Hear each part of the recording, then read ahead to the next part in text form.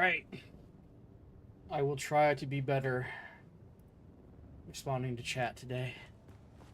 But what I need to do is take down this base and move it to the deep desert.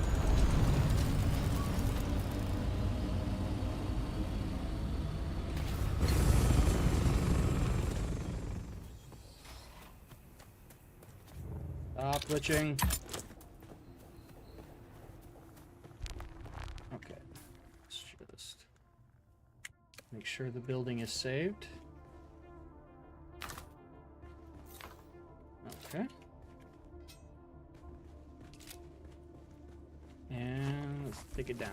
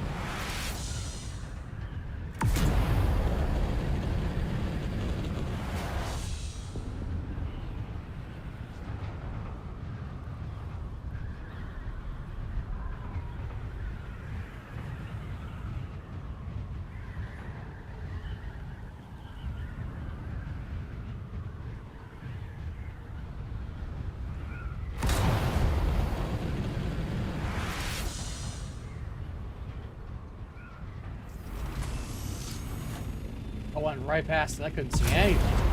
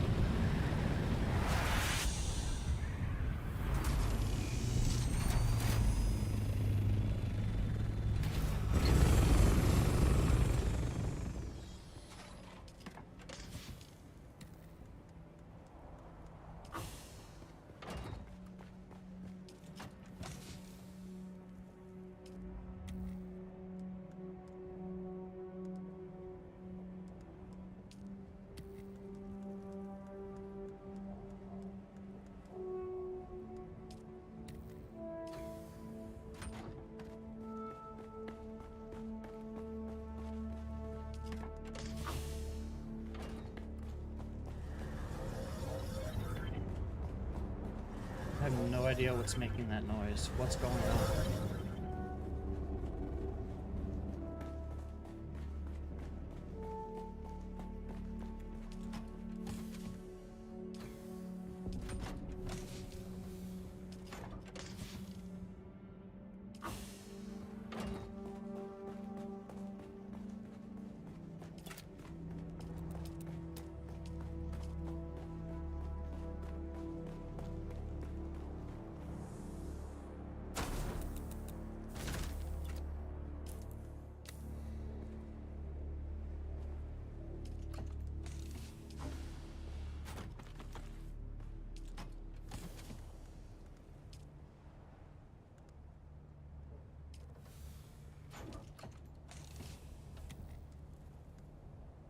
Why are items disappearing?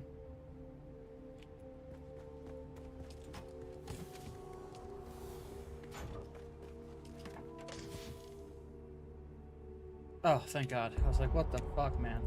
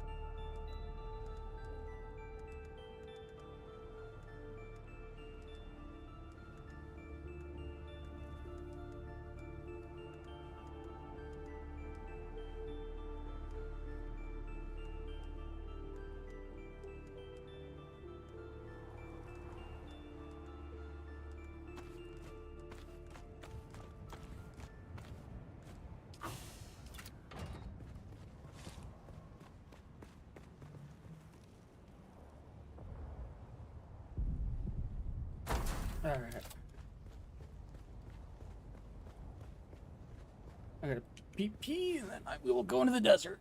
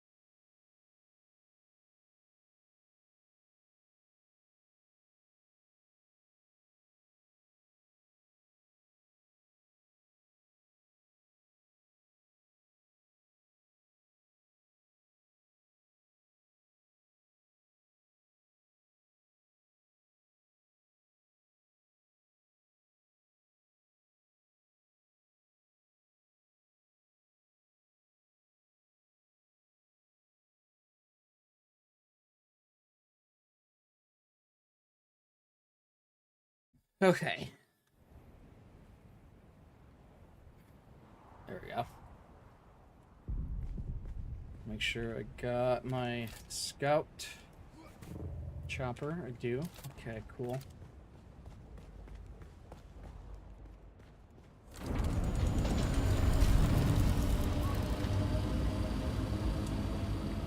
Actually, I should probably grab a fuel thing, just so I'm not dumb.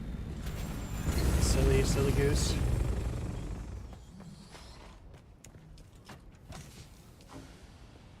Okay. Fill container. I don't need this extra. Okay.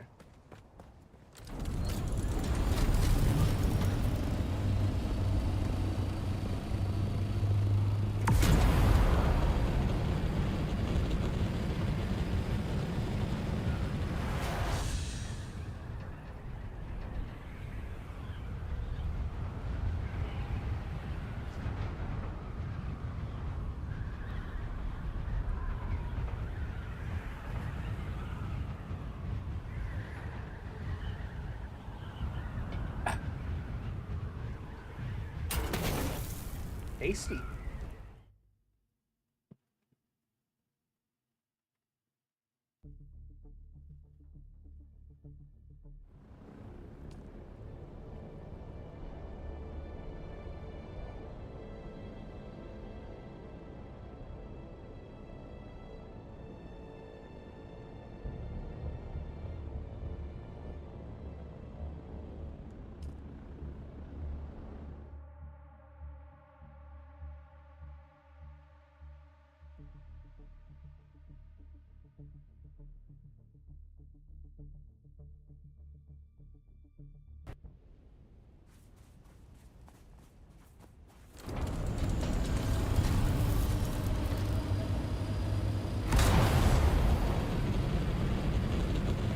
Let's take a look here.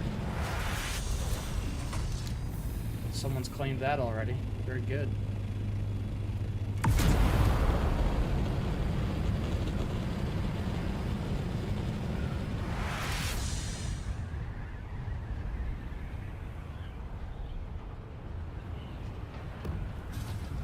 Now we gotta choose a good spot.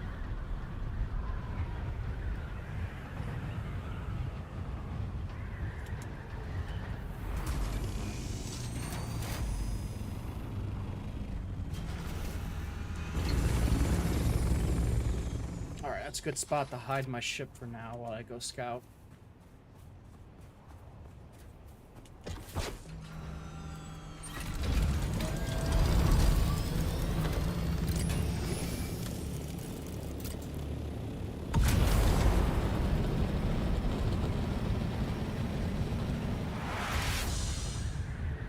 Alright, so let's see. Being a neighbor up here is a good idea.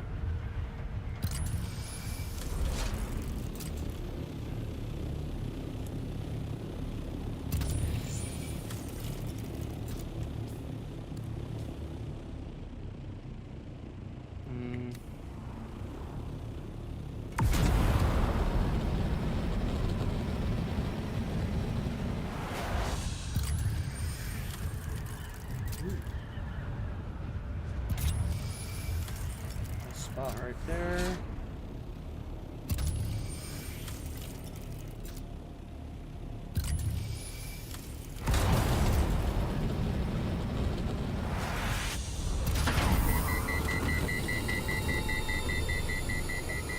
Oh, did I not turn my jets off?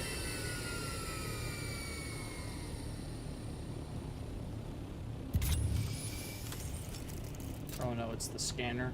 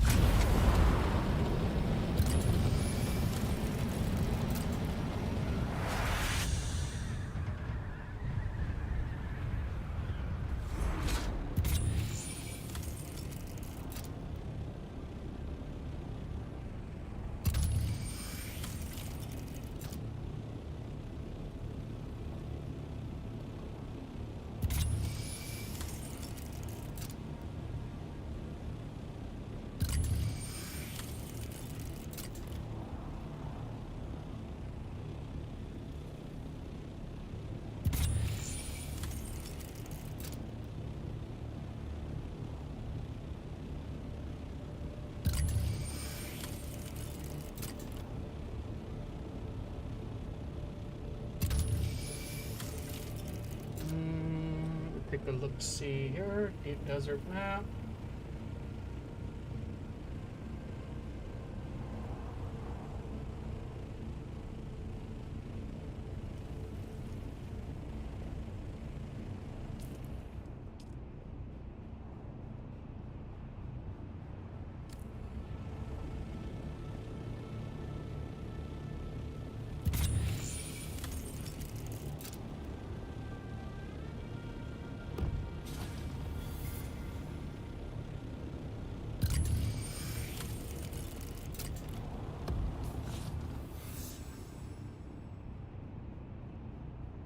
Two crash ships and two research stations over here on this side.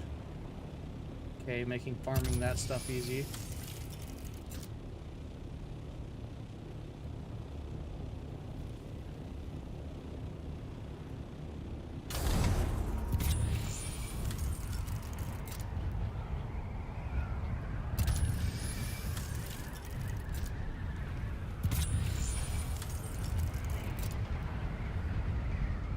Lots to drive around.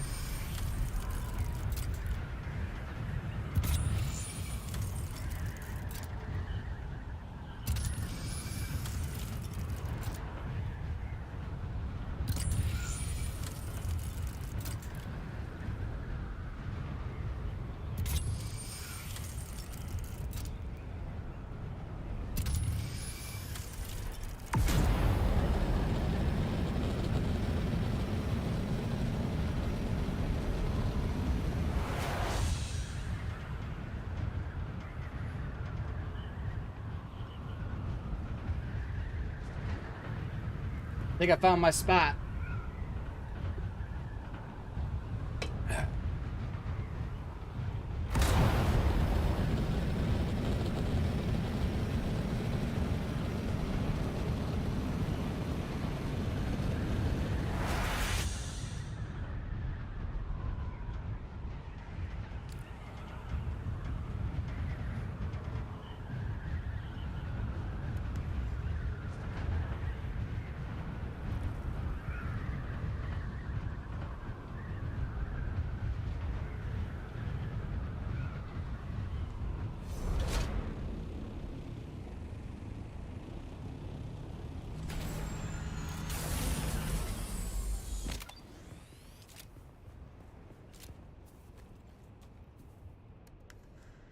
Let's see.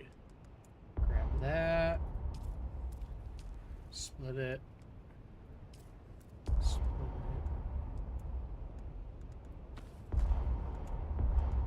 it. Okay, we'll go with that for right now.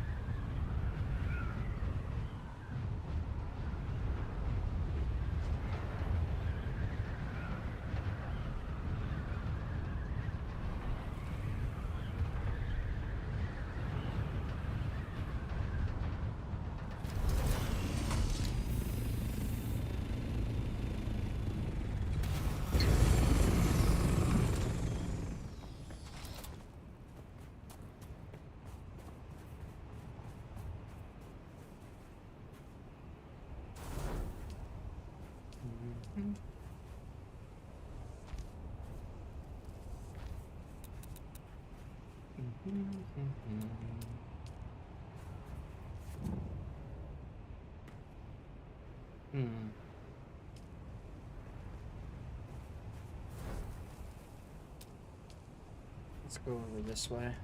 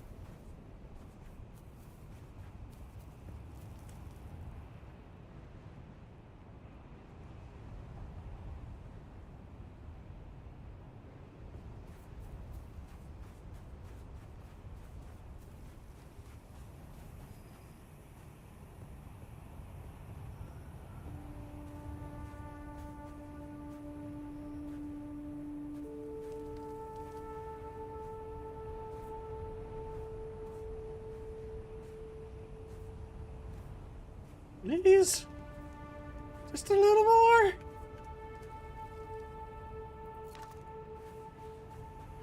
Hey, yeah.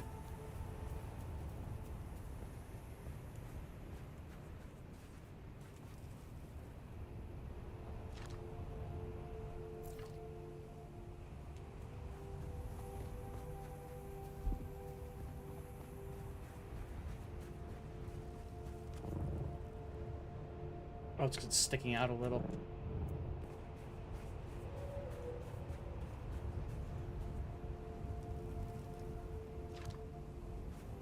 What if I turned it this way? Oh. Okay, come on.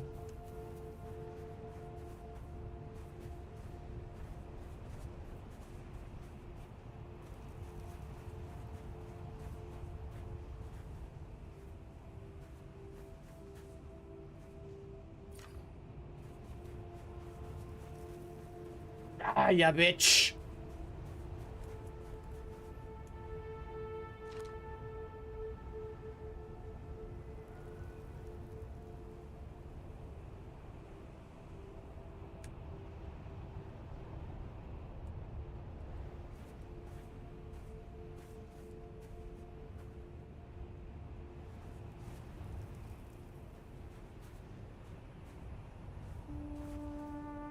All right.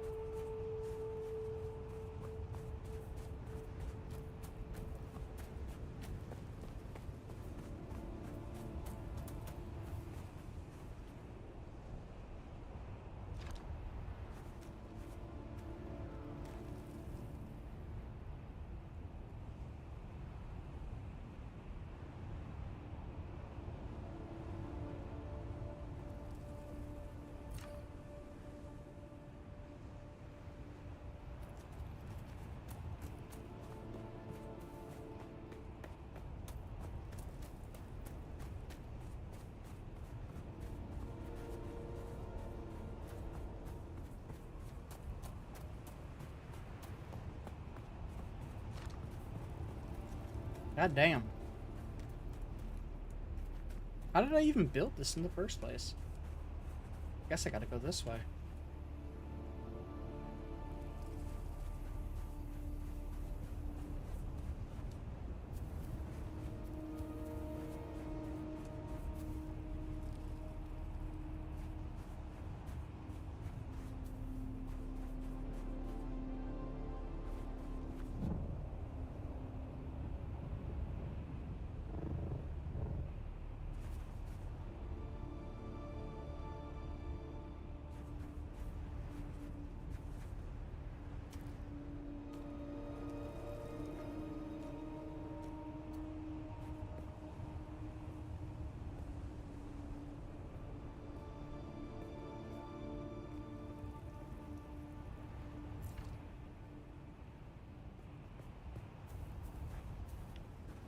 God damn, dude.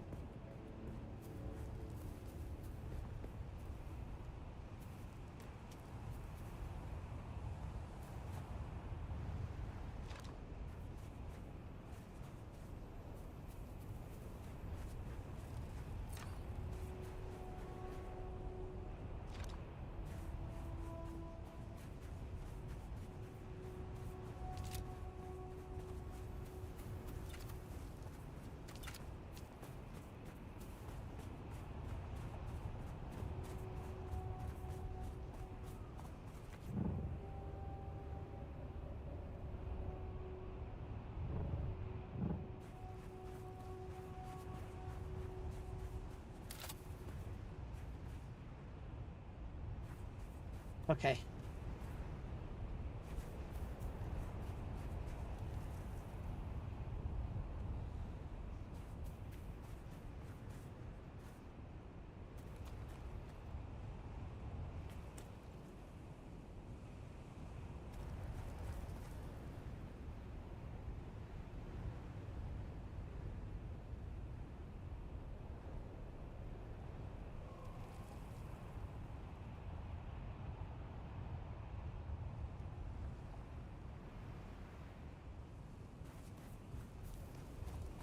Do I gotta place it sideways or something? Jesus.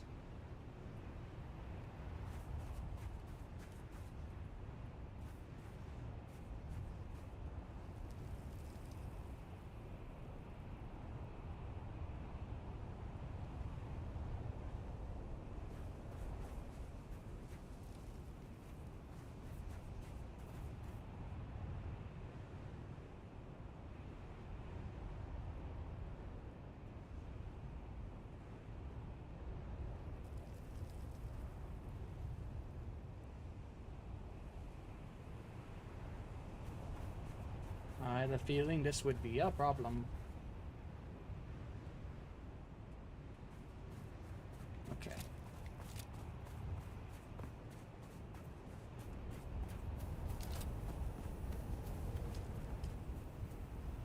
Destroy it.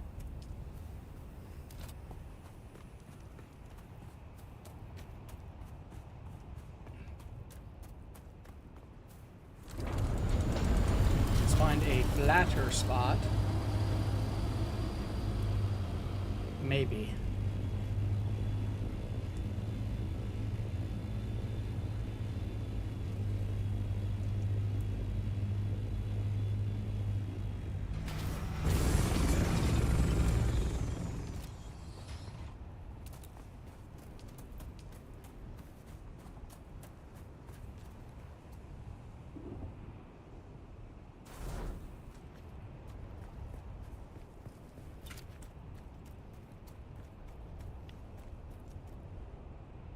I want the entrance to be to me.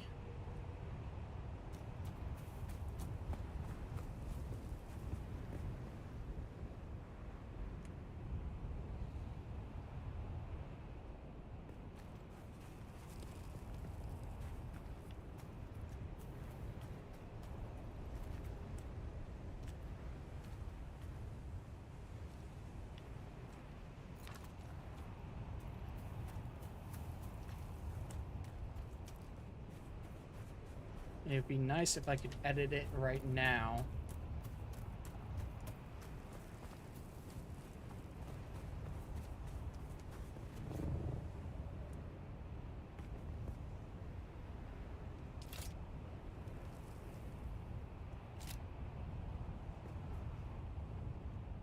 I'm pretty sure I built this on one thing, didn't I?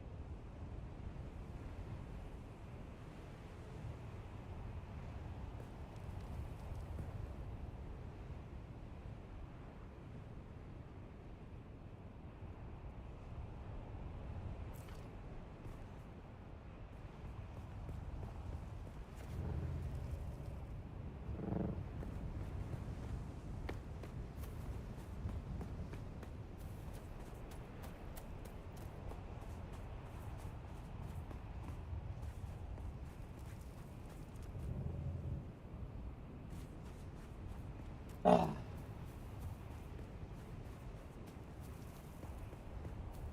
Is it going...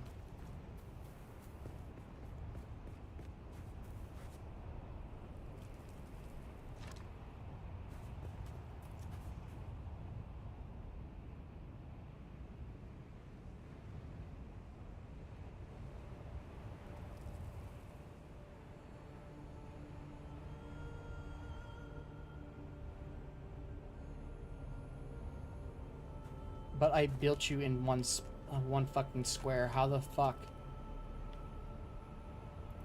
Okay. I think I know what I need to do.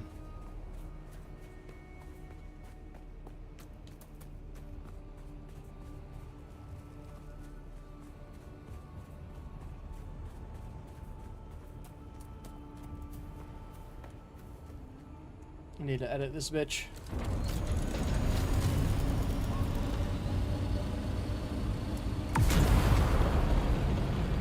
Ah, more work. I just got rid of that hang at the end there.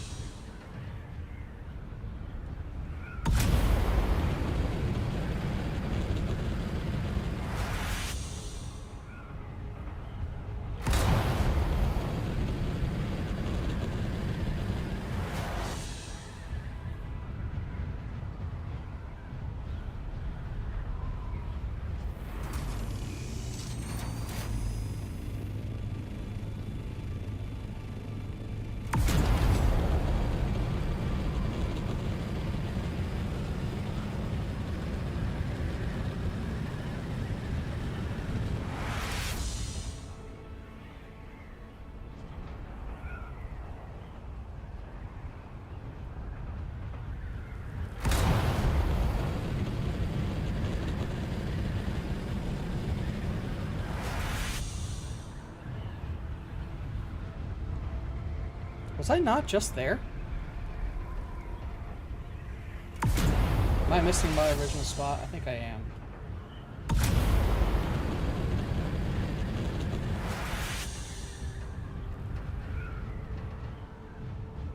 Ah, fuck. Fuck a duck.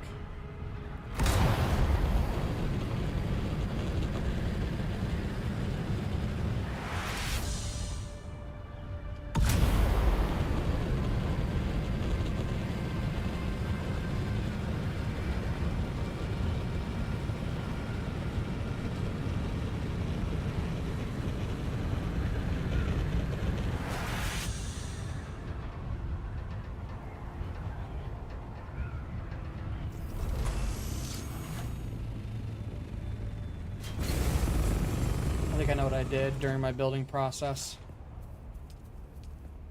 Is, well,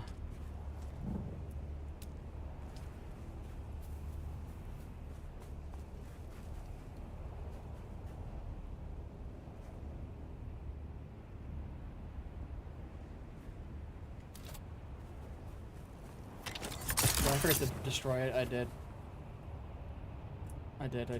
It's my fault.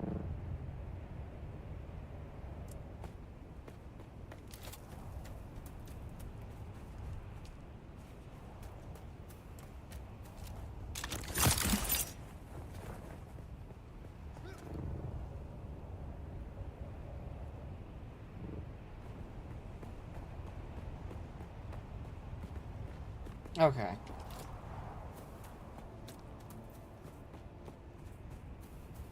Let's just put this here to get the land.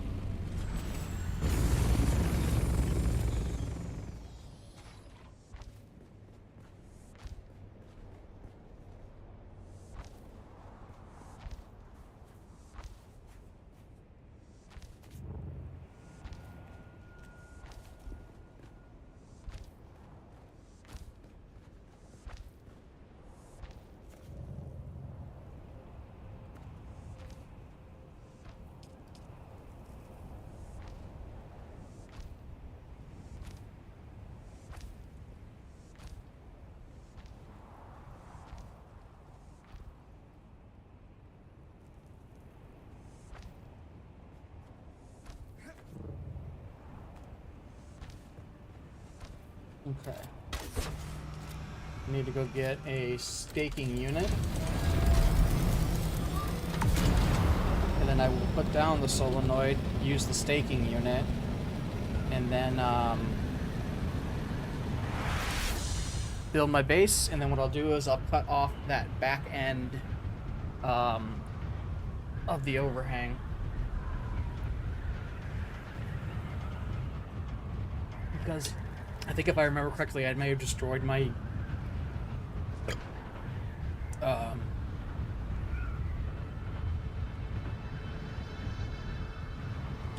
subfief while building it, and then moved it during the building process, and that's probably why I had a false sense of like how much space I had left. So I just need to get rid of those back overhang. It's gonna look silly, but whatever.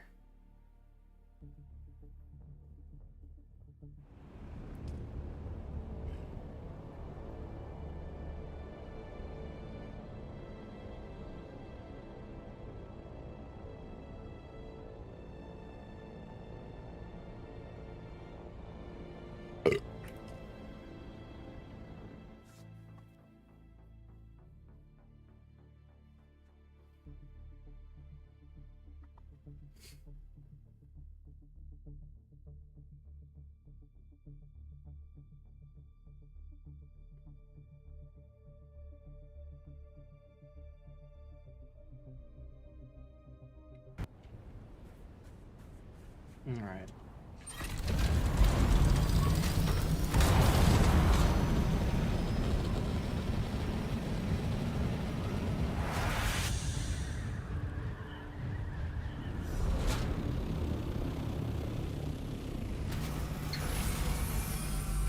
Come on.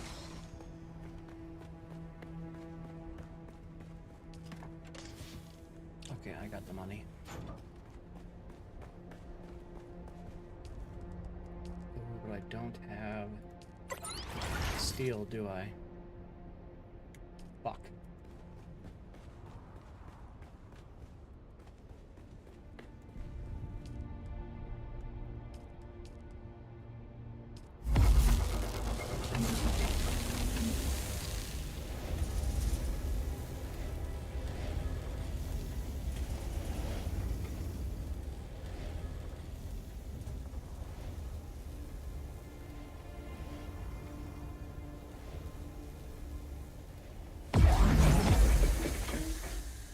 Okay.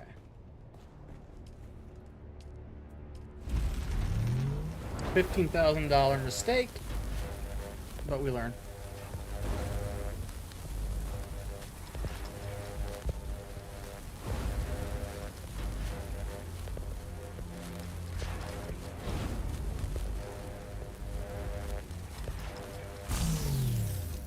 Okay. And then let's see. How much space do I have left? I'd grab some copper.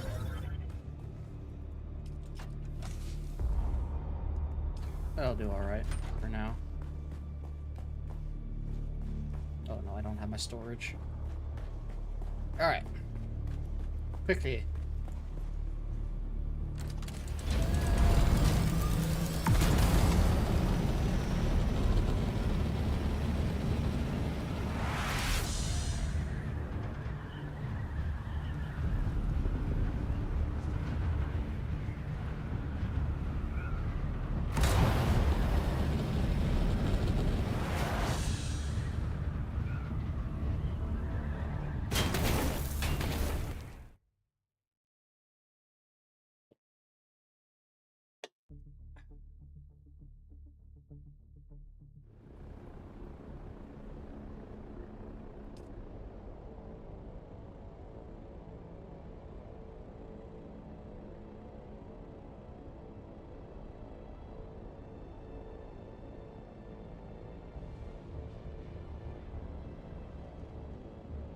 My base is more in the center this time.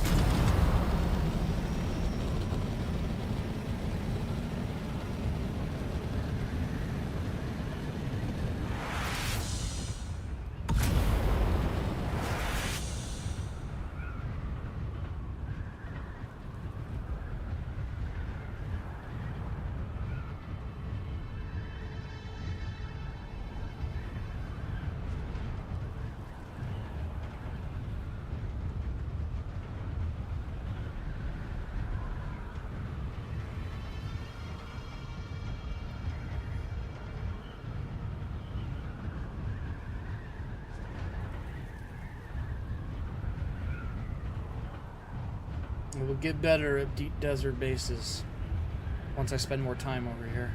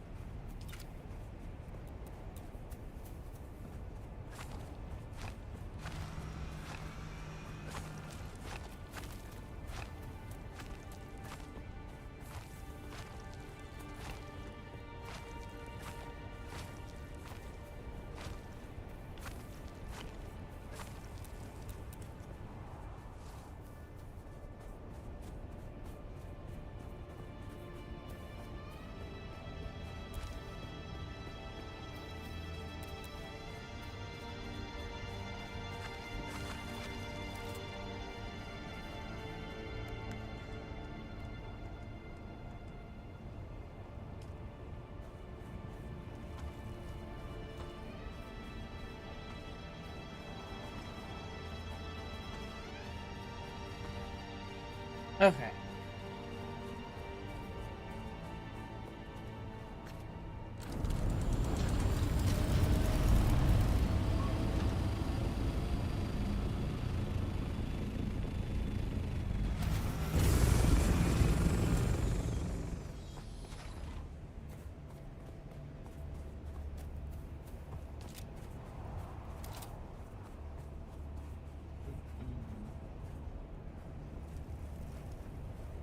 I'm gonna want to go off in this direction.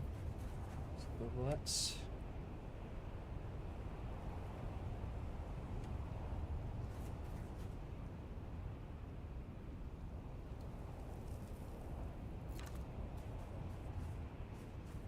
Oh shit. Okay.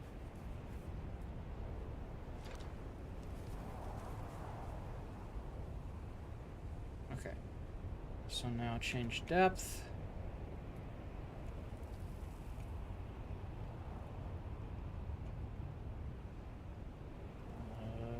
Q.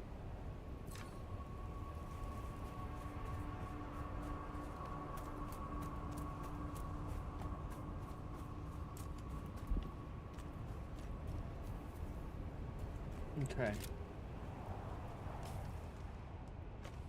Da da da da da da da da da.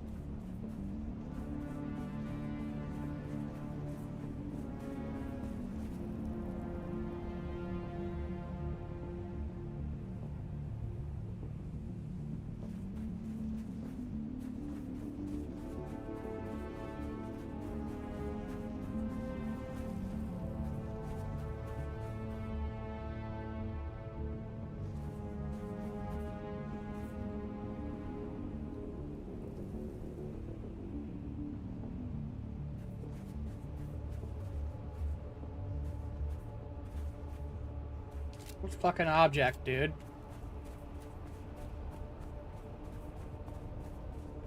Is it me?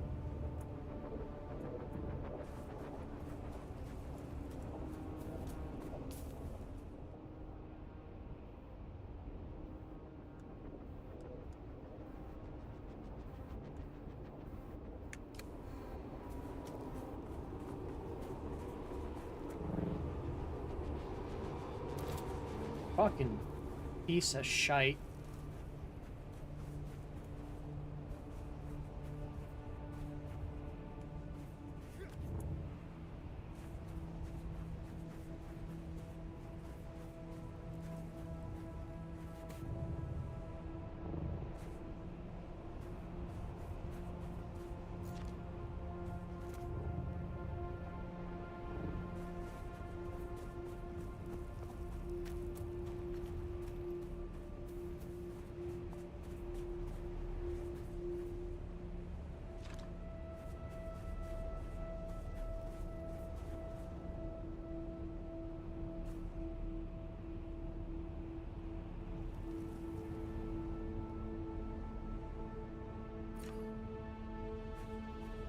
Jesus Christ, dude. That took way too much work.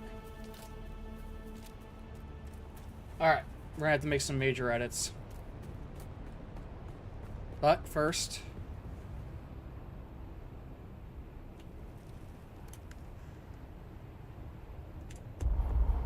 Fuck you.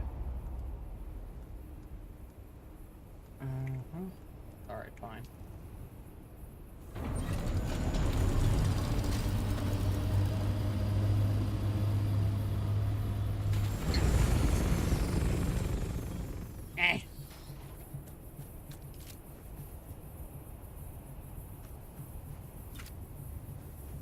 Are you kidding me? I have to replay. Oh my god. How the fuck is this supposed to help people? Build fucking faster!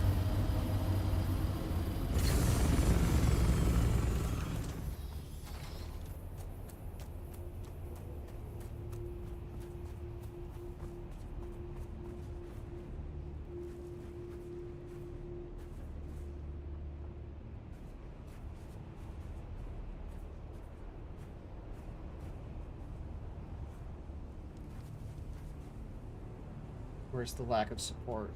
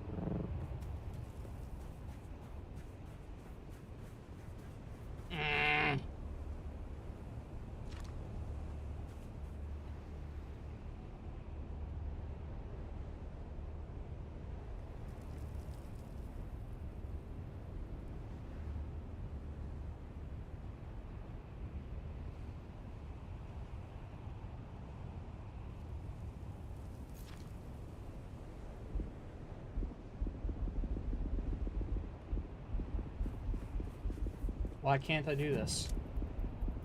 Are you kidding me? If I have to rebuild... Oh my god.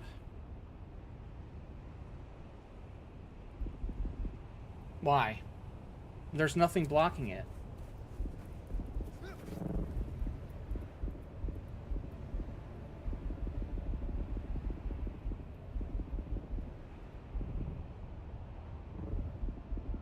That's such horse shit. Oh my god. Okay.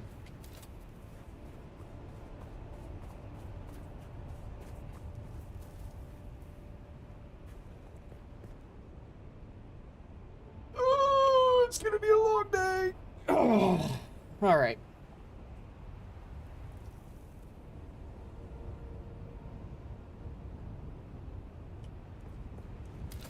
If I have to restart, then what I should probably do is I should find an extremely flat piece of land.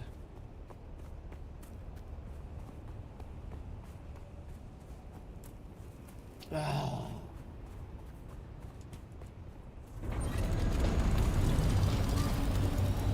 Fucking stupid.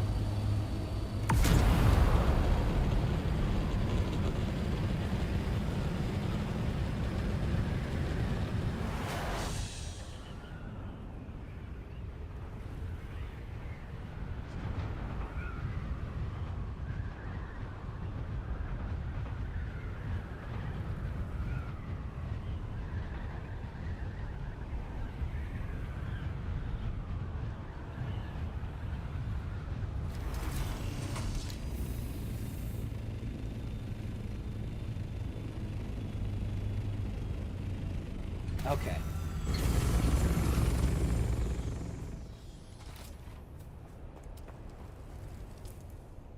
Fuck you. Come on.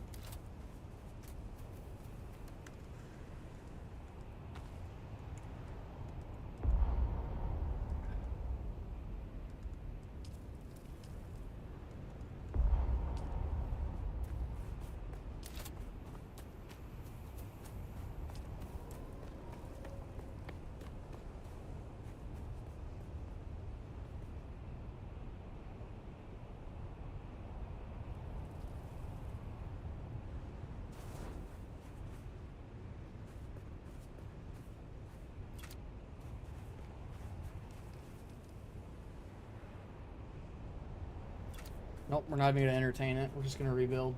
Alright. Fucking stupid.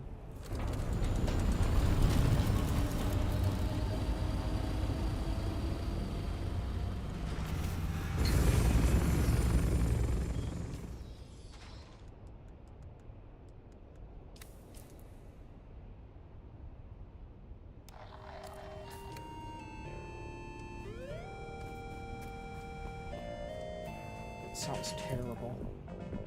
Courage. Were there only shields? Of course.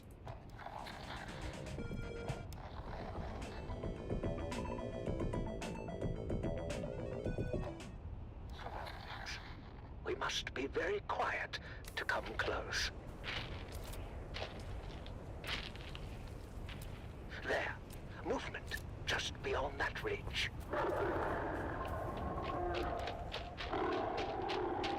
Lord Havoc, sir, we've confirmed it. The last known Seleucid tiger is close by. Excellent work.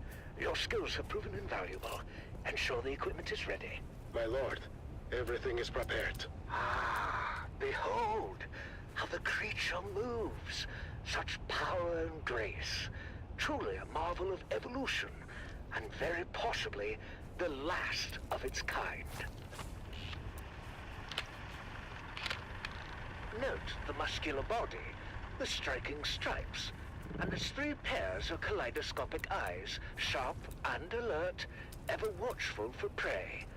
This is truly one of nature's most formidable creations. As you know, steadfast loyalists, the Seleucid tiger is not merely a subject of study, but a prize to be claimed. This magnificent beast will now be subdued as a testament to Harkonnen dominance.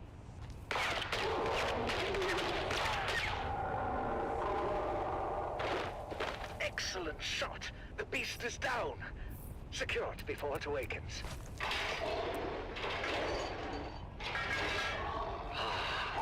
The majesty of the Seleucid tiger, brought low by our superior skills. Its journey ends here, as we demonstrate our power over nature.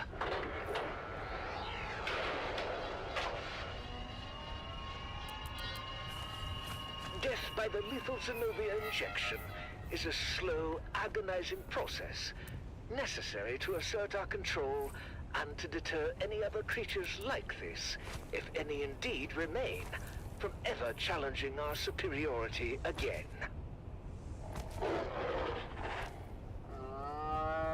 The substance will spread through its veins, causing immense pain and complete paralysis, while perfectly retaining the creature's consciousness up until the very moment of death.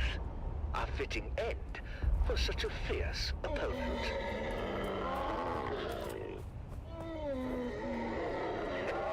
This, my devoted followers, is the true might of House Harkonnen. No creature, no matter how rare or powerful, can withstand our will. And now, for the final touch. This creature's marvelously iridescent eyes, extraordinarily rare and valuable, can be preserved as trophies if they are carefully extracted from a still living specimen. And oh, at last, the many-colored eyes of the Seleucid tiger, a reminder of Lord Havoc's, of Harkonnen's superiority and the power we wield. Remember this day, for it marks another victory in our relentless pursuit of dominance throughout our magnificent galaxy. Until next time, my loyal listeners, this is your host, Lord Havoc of the Obsidian Plain, signing off.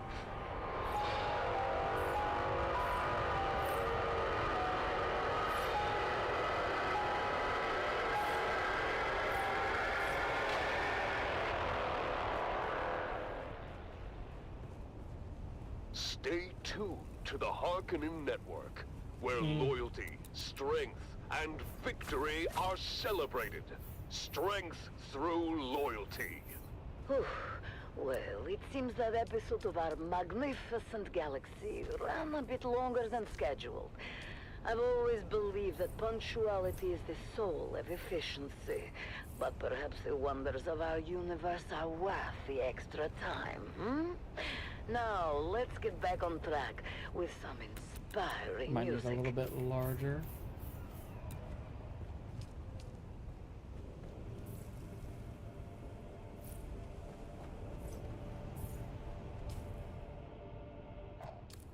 The bleak hills of the Simpo Uplands. A barren and windswept place, devoid of any life. Devoid, but for the crew of smugglers carefully negotiating the rad-blasted hellscape. The locals say these hills are haunted. What locals? There are no locals. Not anymore. Half-blind fortune teller in Arson said these hills were wild with evil spirits. She called them Jinn.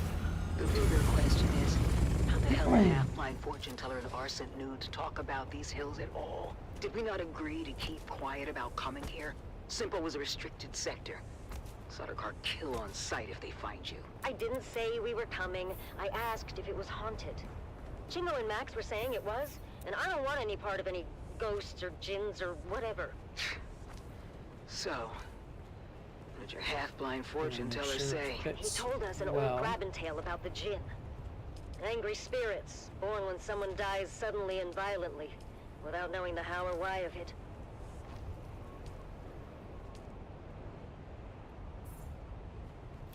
Okay. Sorry, Stisk. Keep it small. Keep Val it said you small. had people in Small and compact.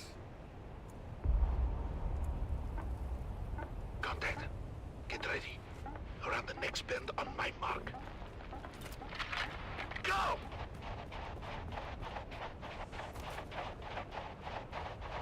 Hold up! Hold up! What?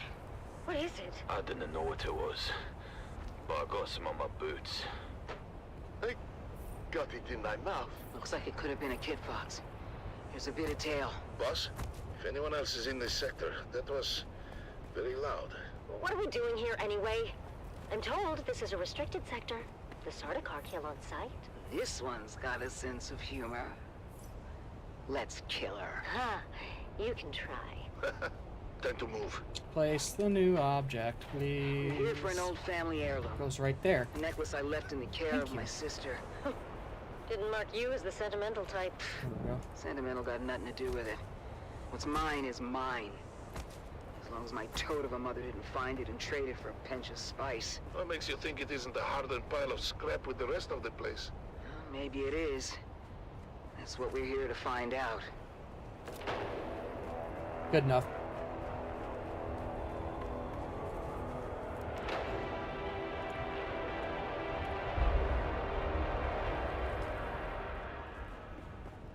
What is this stuff? Regular old Wrong sand. button.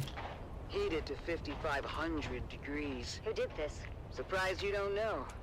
Your Honorable Duke was in the thick of it. It was before she arrived on Arrakis, and not a story either side wishes to tell. What story, Val? Simpo was a Harkonnen village, even after Shaddam took Arrakis from us. He means the village elders were bought and paid for. Anyway, it seems the town water system had a crack in it, or a deficiency of some kind. But no matter how many times the village petitioned us for help, they were met with typical Harkonnen indifference. Granted, we had a war of assassins to wage, and there were other priorities. But that didn't sit so well with the younger folk in the town. Seems that dying of thirst makes you cranky. Go figure. So let me guess. They went behind your backs to the Atreides. Yeah, you got a smart one here, Val. Don't screw it up. Of course. That clever bastard Dufir Hawat immediately saw both the strategic and propagandic value in turning a Harkonnen stronghold. Duke Leto tasked his best men with the job. You know, I don't think propagandic is a word, big ox. What did the Harks do? Harkonnen loyalists within the town began a campaign of sabotage to discredit the Atreides and undermine the sister Okay. project. Typical Harkonnen treachery. A superficial investigation uncovered the treachery, but the Atreides engineers couldn't prove their innocence and were ultimately arrested. I'm sure that didn't sit well with the Duke. The Atreides acted quickly and decisively, In the deploying a stairwell. full garrison to free their engineers and install the younger upstart villagers as the new town leadership. I'm sure that fat slig of a baron loved to hear that. He did not. But he was spread too thin to do much about it. Even when the new town leadership formalized their fealty to House Atreides. Good for them. Sorry, though, but your old crew were a band of snakes. You must never be sorry for observing the truth. But at the same time, snakes are at their most dangerous when cornered. What happened? The Baron grew tired of losing ground to the Atreides, and dispatched the biggest snake of all to fix his nephew's problems. Peter de Vries, the Lord High Snake himself. Upon returning to Arrakis, Peter de Vries's first order of business was to organize the destruction of Simpo, as a warning and message to those who contemplated disloyalty. A massive host of Harkonnen house troops arrived in the dead of night to encompass the town. Outnumbered and surrounded, it was all the Atreides could do to fall back and await reinforcements. The Harkonnen went on to execute all 27 of the young villagers who collaborated with the Atreides. My sister Sigrid among them. I did not know that. Of course you didn't, kid, but I don't hold that against you. I hold it against every other living and breathing Harkonnen and anyone who serves them. That still doesn't explain the melted sand. When the sun rose the next morning, the Atreides emerged from their bunker to find the Harkonnens were gone. Their relief was short-lived, though, when fire began to rain from the sky. The Baron kept a stockpile of ancient siege artillery from the old Empire. And did this?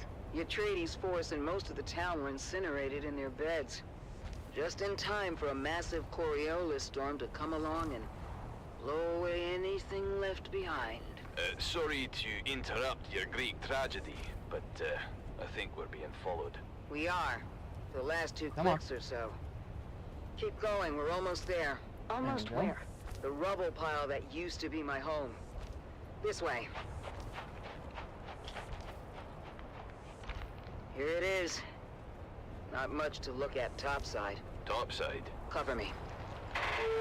A trapdoor. Guess I was born a smuggler. Pull it shut behind you. Damn. It's all scorched and melted. I was worried about that. The heat from the bombardment must have cooked this place like an oven. So we came all this way for nothing. Not for nothing.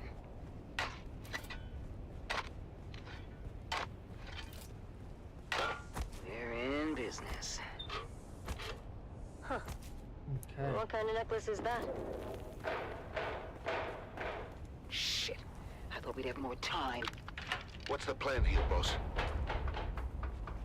Same as always. Kill them before they kill us. What's waiting for us up there, Stisk? Probably half the scabs in the Haga Basin. Oof, that's a lot of scabbies. How are we on ammo? We don't have far to go. We don't? Trust God me. damn it, come We'll on. be back in Carthage before sundown. First round's on me. Okay. On 3, you're gonna put a full burst through the hatch. And then? We run like hell. That's not a plan. 3, 2, shoot! Go, go, go! Multiple contacts! All around us! Weapons hot! With me! Reloading! Reloading! Head for that ruined house! By the way, boss, Carthage's been dry for months. Beast Rabban has ordered a total prohibition on alcohol. I know! He's a real bastard! Then what are we drinking when we get there? Oh, ye of little faith! On 3, we grenade and move! 3, 2, grenades out! Yeah! Said on 3. I feel like they would have thrown Almost there! right there. Where? Box Canyon! Just down this grade! A box canyon? That doesn't sound good. Go, go, go! Keep going! All the way to the back! The end of what? The dead end? Here! Where? Oh, shit. The canyon wall is fading. It's... A Solido hologram. That's a big door. Locked. Lucky we have the key. Haha. Your sentimental family heirloom. It is now. Inside, quick! What the fuck are you leaving more stuff for? What Oh, now? this one. There's got to be hundreds of them out there. Trying to get in here. We ride home in style. Val, get the lights. Nice. It's a Mark IV medium chum gunship. Can you fly it? Does a worm shit in the sand? Mount up. You know this is overkill for a bunch of scabs. The gunship isn't for the scabs. Check the hold. Shy Halud. That's a lot of booze. Stisk, you crafty devil! Told you, Val. First round's on me. Buckle in. Next stop, Carthage.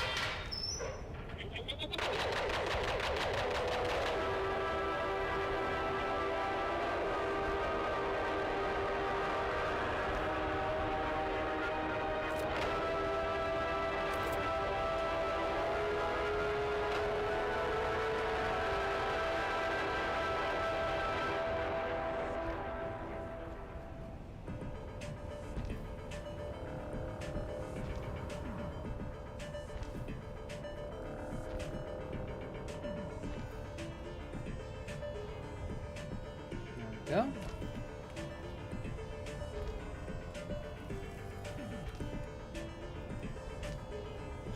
Okay.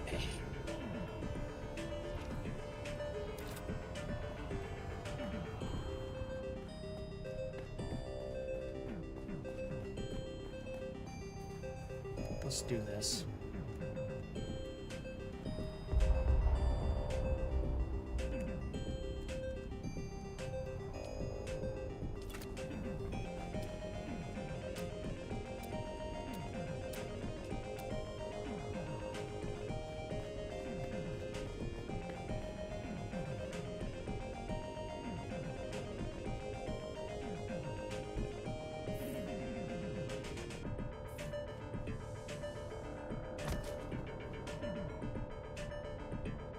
Oh, oopsie.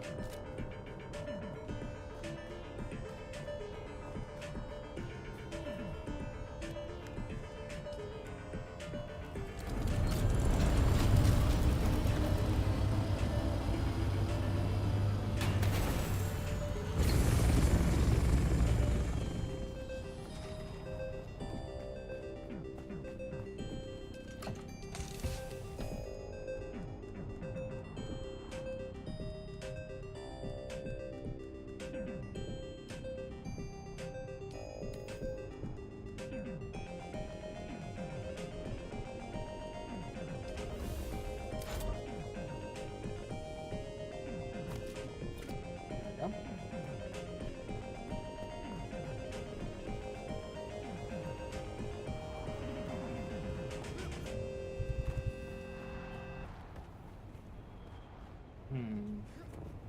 Maybe I should keep these.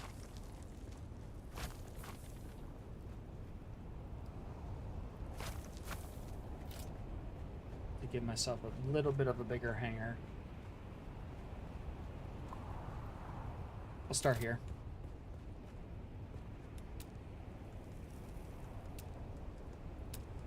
Okay.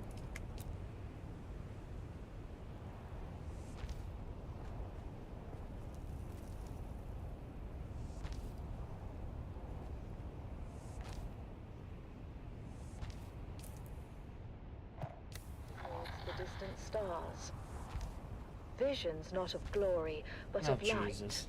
and hope Gotta love the across propaganda. the darkest voids. Now, beneath an empty sky, our banners gloriously fly. Dreams fulfilled, but lost. Light and hope consumed by darkness deeper than was known. And lost as well in desert, empty as can be. The song of that far away sea.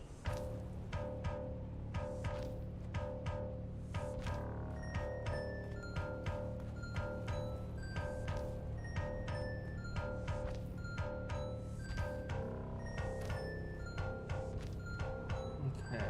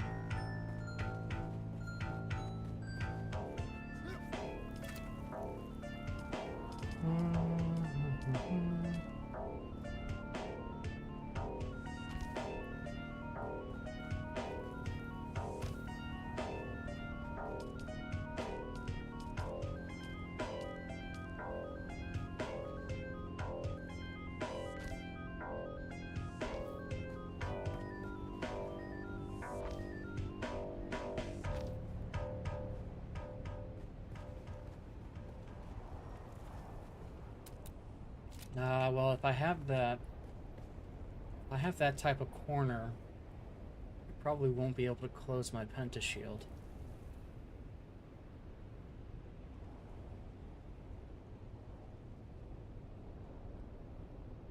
Oh, wait, no.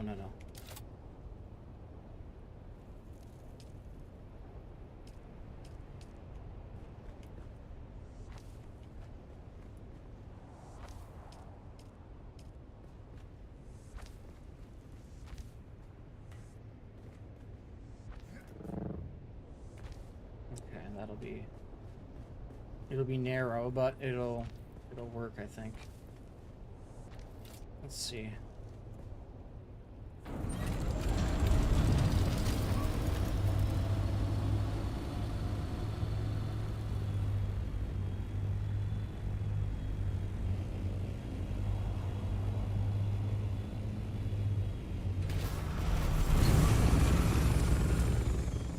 Oh yeah, it'll be tight. It's gonna be tight.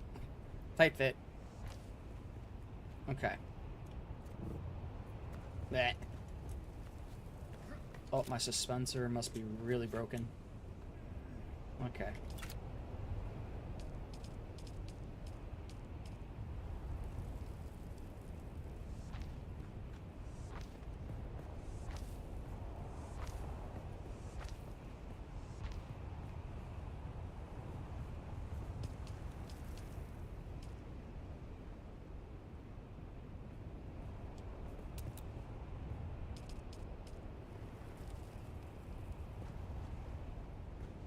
Come on.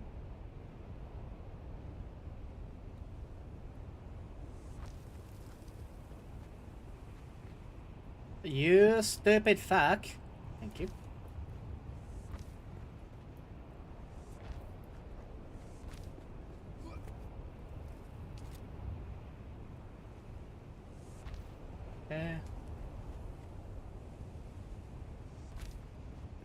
Ah! Fuck. Oh yeah, my suspender belt's broken. Full broken.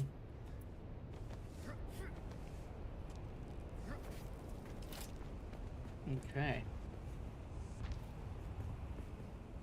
Please.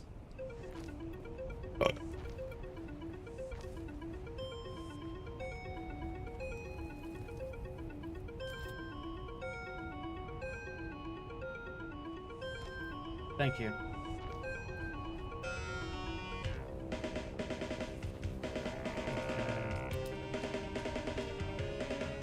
It sounds like a old Atari video game or something. Dude, the battle for Arrakis. Gotta love the propaganda radio stations.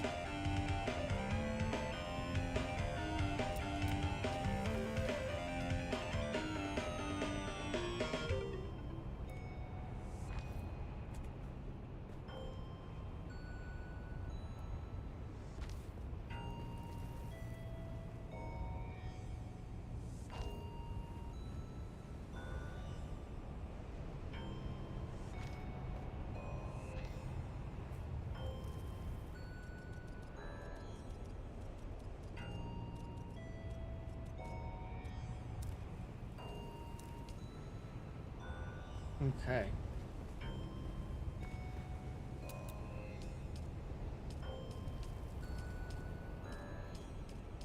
We gotta have a little decoration. A little flair. Yeah.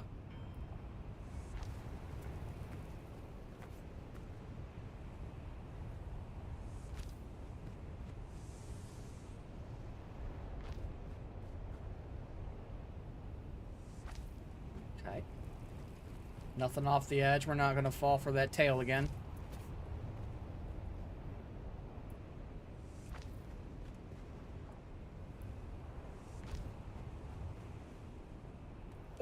Come on! Up here! Up here, I say! Thank you.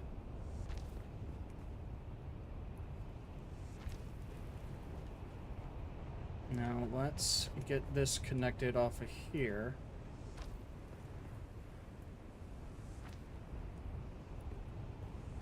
Okay. We won't keep it off the front. We'll do the same here. Eh.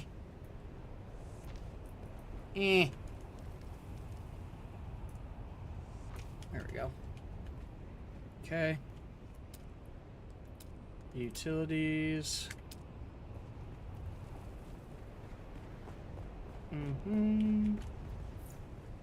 Build that. And that. Oh god, I'm stuck.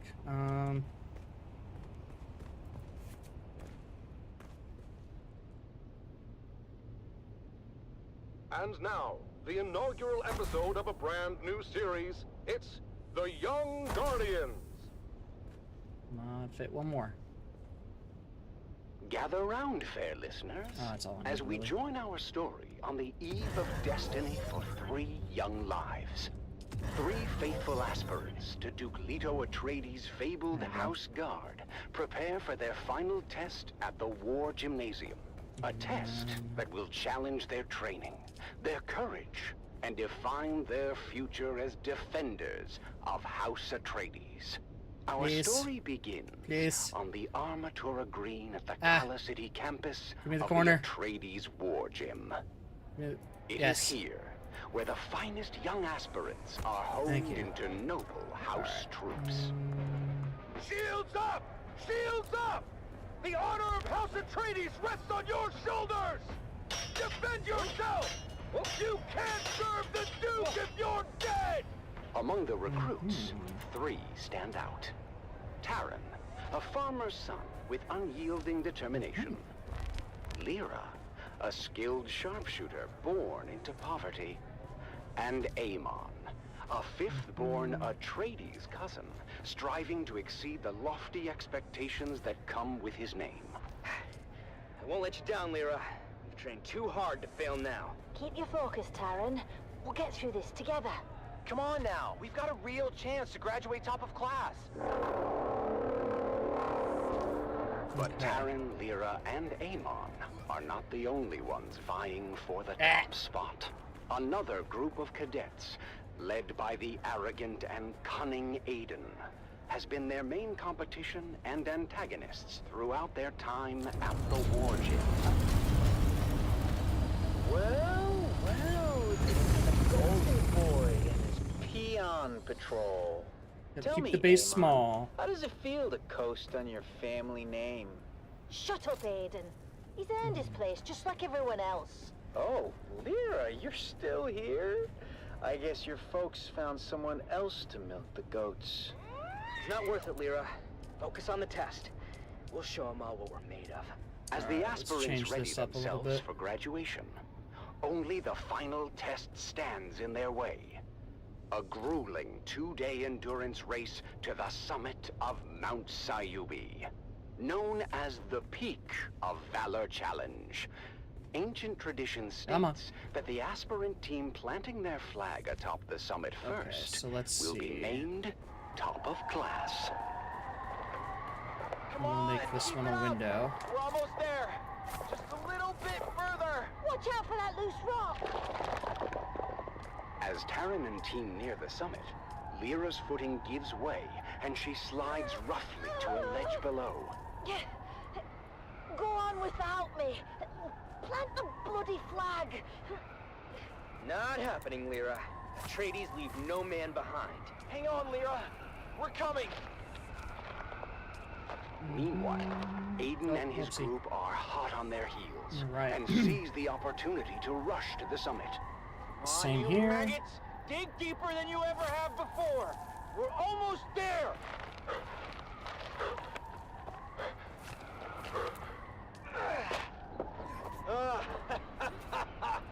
Yes, we did it. I told you those losers didn't stand a chance. Thank you, guys. I'm sorry I slowed us down. Don't worry about it. We're a team, remember? Despite their best efforts, Okay. Taran, Amon, and Lyra finished second in the challenge. We may not be top of class, but we did right by our friend, and nothing will diminish that. The day before graduation, Taryn and Lyra ventured into the lecture hall to return a borrowed tome, when something strange caught their eye. Huh. That's strange. The light's on in the Commandant's office. But we just saw the Commandant on the green. Then, who's in there? Aiden, what are Even you with doing those lights, here? it's still None of your fucking business, dark. peons.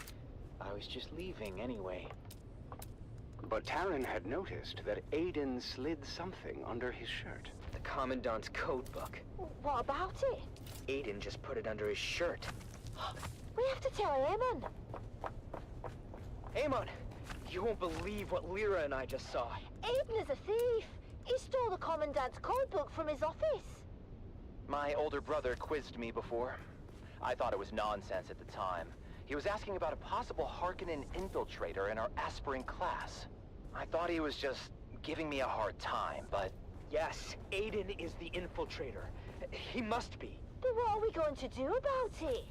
Leave that to me.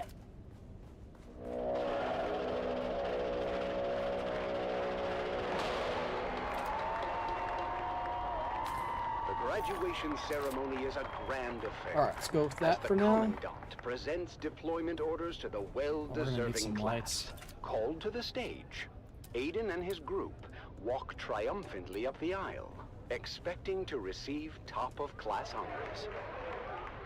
I told you, fools, who would end up on top.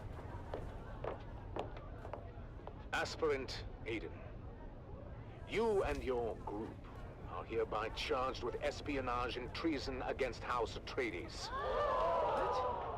No, this is a misunderstanding. Unhand me! And since this is wartime, the Articles of Canley are clear on the sentence.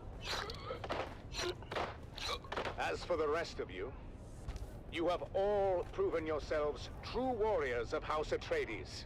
You have earned the right to wear the Duke's coat of arms and uphold the responsibilities and traditions that come with it. Stand tall, for you are the future of our house. As Aiden and his group are led away by military police, Taryn, Amon, and Lyra rise together with the rest of the class, proud and vindicated. We did it! We actually did it! It's not about the accolades. It's about doing what's right.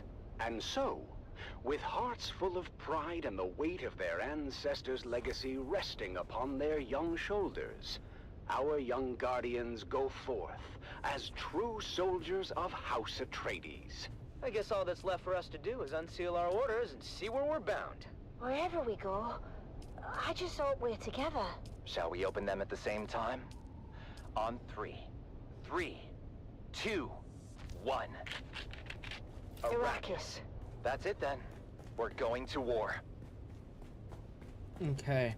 Join us next time on The Young Guardians. That is as the our basics heroes continue their journey, of what I want my base to facing look new like. challenges as they uphold the legacy of House Atreides. But I am going to make these kind of like decorative living space. And then I think upstairs I will have the fuel room, and then I'll turn this into like a water room.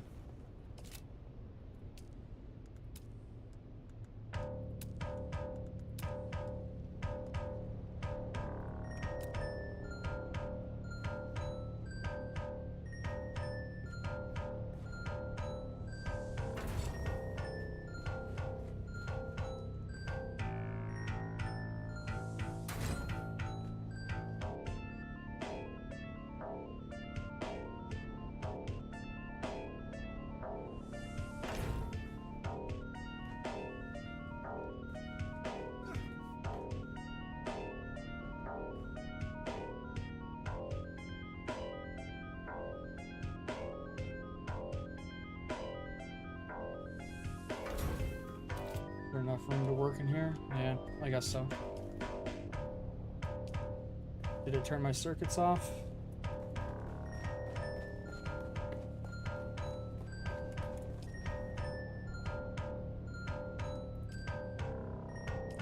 $150.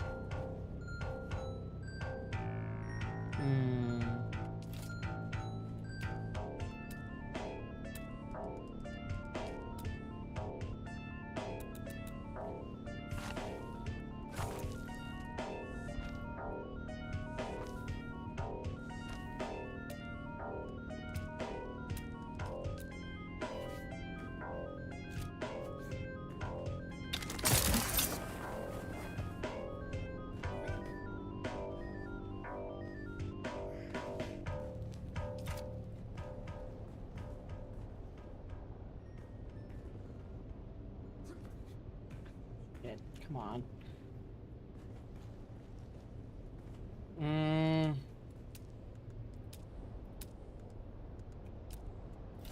Alright, let's try this method of getting around it. Okay.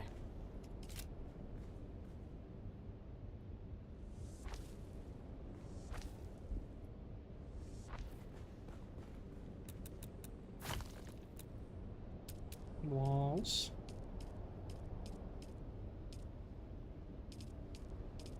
Where are you? There you are. And then we can put 2 more in here. Keep it packed, keep it tight.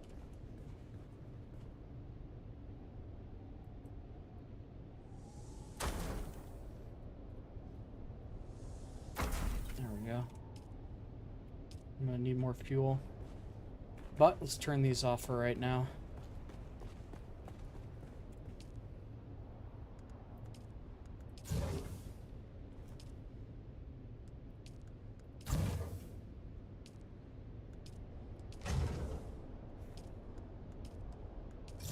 And then we'll do kind of something similar here.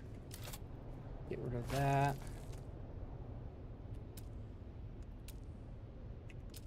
Actually, I should probably remove these. Yeah, okay. Then we will triangles. Just some happy triangles. Happy little triangles that look like trees. Shit.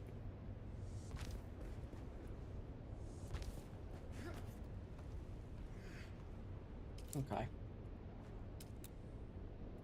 Let's go here. I'm gonna want these.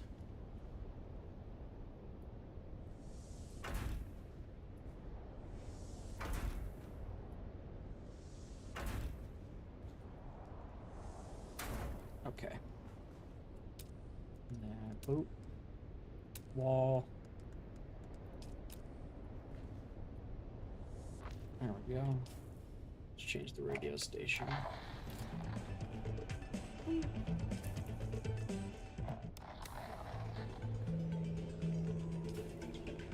Stupid.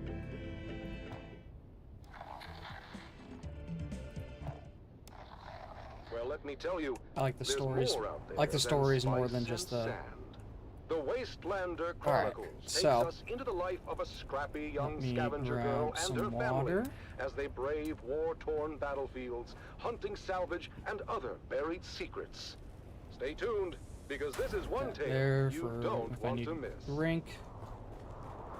It's the Wastelander Chronicles, brought to you by O'Gary's Imports. O'Gary's Imports. If you want it, we have it. And if we don't have it, we'll get it. Join us now as we journey to the blistering sands of Arrakis, where we follow the adventures of the O'Gary clan, a pioneering family of salvage experts, as they scour war-torn battlefields and crash sites to discover their next great haul. That's because I clicked it. Okay. Hey there, everyone! Welcome back to the Wastelander Chronicles. I'm your Badlands Scout, Sally O'Gary, and I've got a crazy story for you. It all started when my dad announced a surprise salvage mission. Meh. Okay. It was just after sunset. That was a Dad weird spent pause. all day, as always, minding our storefront and listening to the space traffic controllers going about their business on the Communinet. I always tease Dad and ask how it is he can listen to those encrypted channels, and he just shushes me and tells me to clean my guns. But this was a day Dad's patience and extra-legal Communinet receiver paid off. Registering the utility? He overheard a distress call from the Leopoldus, a light freighter carrying machine parts out of Bella Tagus. Now, you might be thinking, Sally, what's so darn exciting about machine parts? But in the salvage game, we learned that a ship listing machine parts on its cargo manifest could be carrying anything from precision lasgun barrels to cybernetic eyeballs, so it's worth the trip. Of course, Dad's not the best with his numbers, so it was up to Mom to triangulate the coordinates and plot our course to the crash site in the Minor Erg. As always, when we piled into Clovis, our vintage 68 Chome Landmaster, Mom reminded us of the grim dangers waiting for us in the desert. Bandits, slavers, cultists, and of course, the old man of the desert himself, the great sandworm. When we finally arrived at the sector our coordinates were within, we hid Clovis under a tarp and moved in on foot. As always, it was up to me and my little brother Coda to scout ahead and look for danger. Now, you might be thinking, Sally, that seems like a grown-up job. Why would you and your cute little brother be sent ahead to scout? The truth is, we rely on that cuteness to lull our enemies into a false sense of security. Looks stupid, then we but kill I love them it. real good. Coda can separate a man from his jewels in less than 2 seconds. I've seen him do it. But after a whole lot of dust and nothing, we finally came up upon the coordinates marked on our map. And what do you know? The crash ship was nowhere to be seen. Of course, Mom and Dad immediately set to arguing about it while the rest of us fanned out. You're an idiot, Finn O'Gary. Don't you dare blame my calculations on this fiasco. I should have listened to my mother and entered the system. At least then, I'd be married off to a man of consequence. You wouldn't be married to anything but a mop and bucket. Instead of kids, you'd have hallways to clean. And you know those witches got a lot of hallways. What do you know about the Bene Gesserit? You don't even know how to add. I know one thing I'd like to subtract. Hey, Mom and Dad? Look what Phaedra and Bree just found. While my parents were bickering, my big sisters, Phaedra and Bree, had uncovered a hatch in the ground, beneath layers of sand and scree. It took some cutting, some prying, and a whole lot of cussing, but my dad finally got the hatch open to reveal a ladder going down. Dad led the way, his glow cutting through the darkness as we descended for what seemed like an eternity. The smooth ladder shaft was marked with ancient warning signs in a language that Phaedra said was Proto-Galactic, whatever that means. Dad said it meant that the place at the bottom of the ladder was a part of the old empire.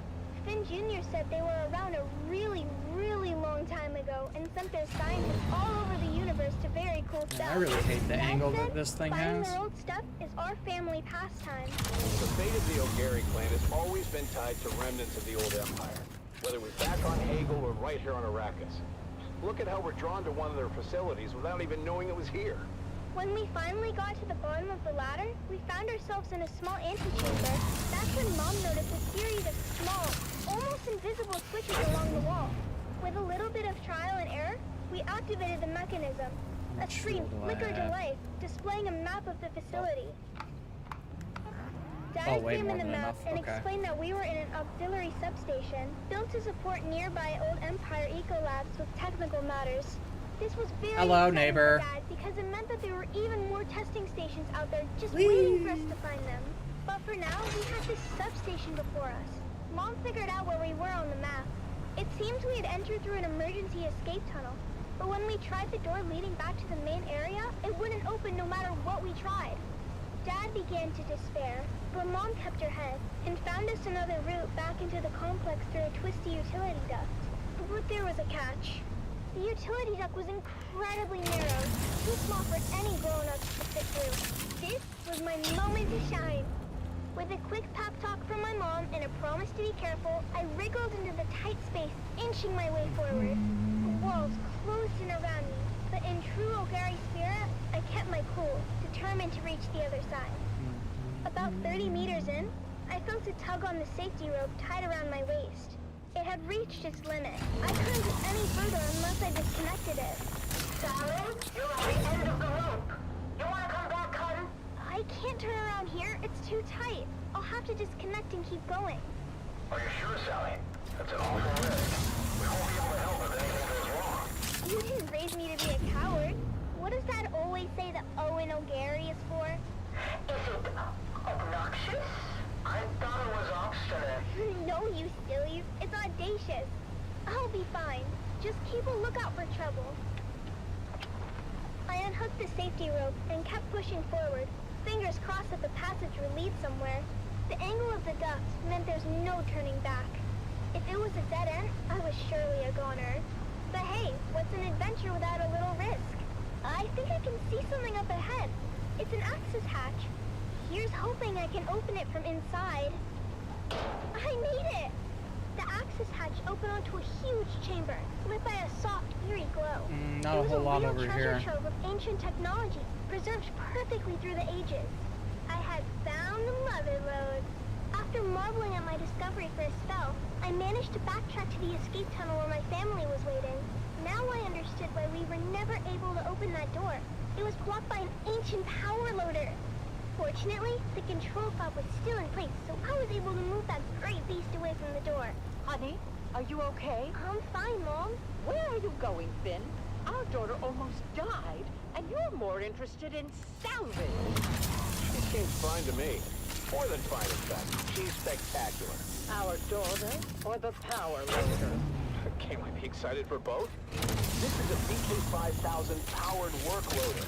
The last exosuit to come off the Venhold assembly line before the company was split up into Combined Mercantile and the Fold Space Shipping Company. Do you mean... Yep. The predecessors to CHOAM and the Spacing Guild. Wow. After the excitement died down, we carefully extracted as much as we could carry, making sure to document everything for later study. It was our most successful expedition yet. Back at our shop, we spent days cataloging and cleaning our finds, preparing them for sale. And that's where you... Oh, okay. There's a good spot right there That's for right, going up Sally. and down. At O'Gary's Imports, it's our Old Empire extravaganza. And you won't believe our prices. We have SD converters. We have anti-induction Looks modules. like a We have goofy-looking face. cobalt-tipped Rams. We have articulated John doors for men and women. Come find us on the Agora Concourse of the Grand Souk in Arakeen. Because at O'Gary's Imports, if you want it, we have it. And if we don't have it, we'll get it. Thanks, Dad. Until next time, this is your faithful Badland Scout, Sally O'Gary, signing off and reminding you to always check your six. And come back next time for another episode of the Wastelander Chronicles. I'm gonna need that to build a fabricator. At least a basic one. Oh, I forgot to build that up. Oh well. Maybe another day.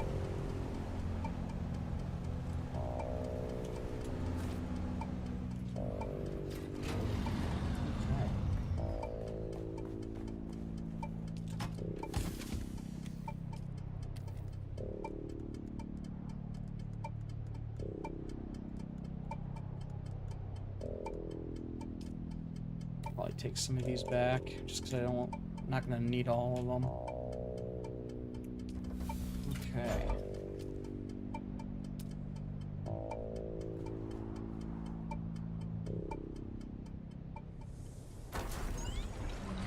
Okay, let's see. Refineries. Maybe. I might need one for some small stuff. Like copper if I need it. So we'll just put that there. Ah!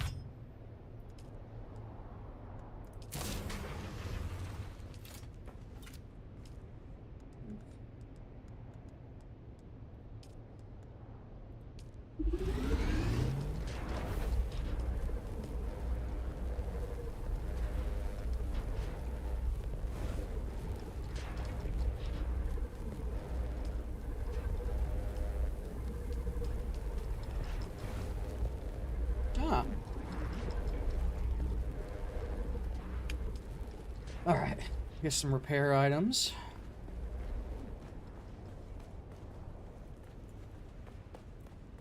Oh, that's right.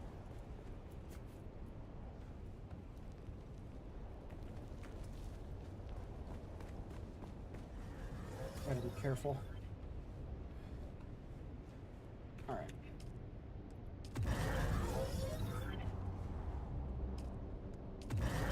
Yep.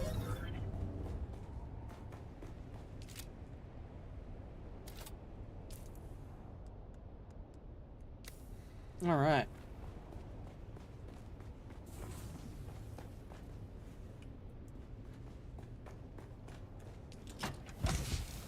Probably take a lot of this with me too.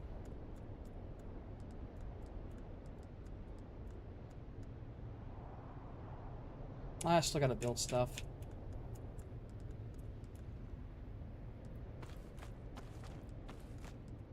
Okay. Let's have the fun part of the build.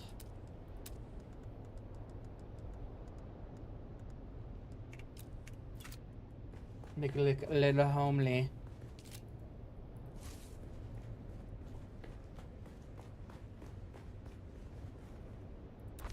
Okay.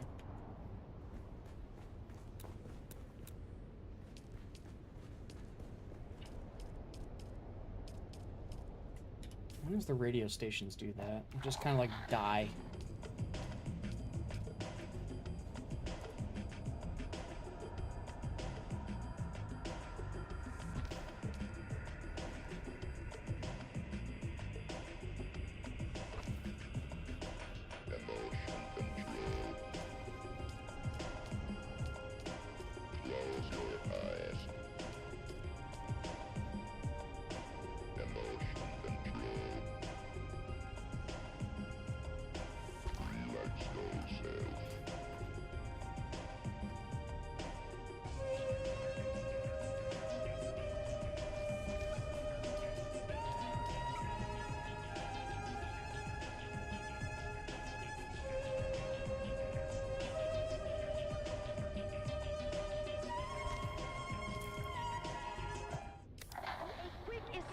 Back over the labyrinth walls where the Fremen couldn't follow. Yes, very exciting, Vida. But the action doesn't stop there. Our next focus is on Puikonem, who is once again running for his life from the deadly Fremen in hot pursuit. Puiko is severely injured and desperate. He's trying to escape, but the Fremen is relentless, tracking him through the twisting paths of the maze as if he was on the path of some wounded animal.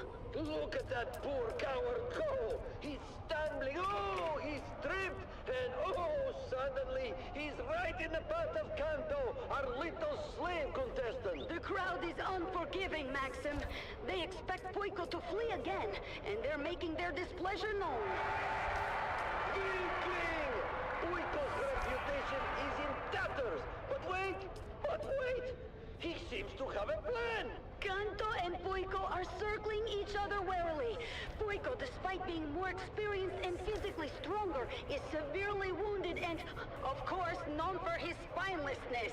Kanto, on the other hand, seems cautious but determined. You can see the fear in Puiko's eyes. He is calculating, looking for a way out, but Kanto is not giving him any easy options.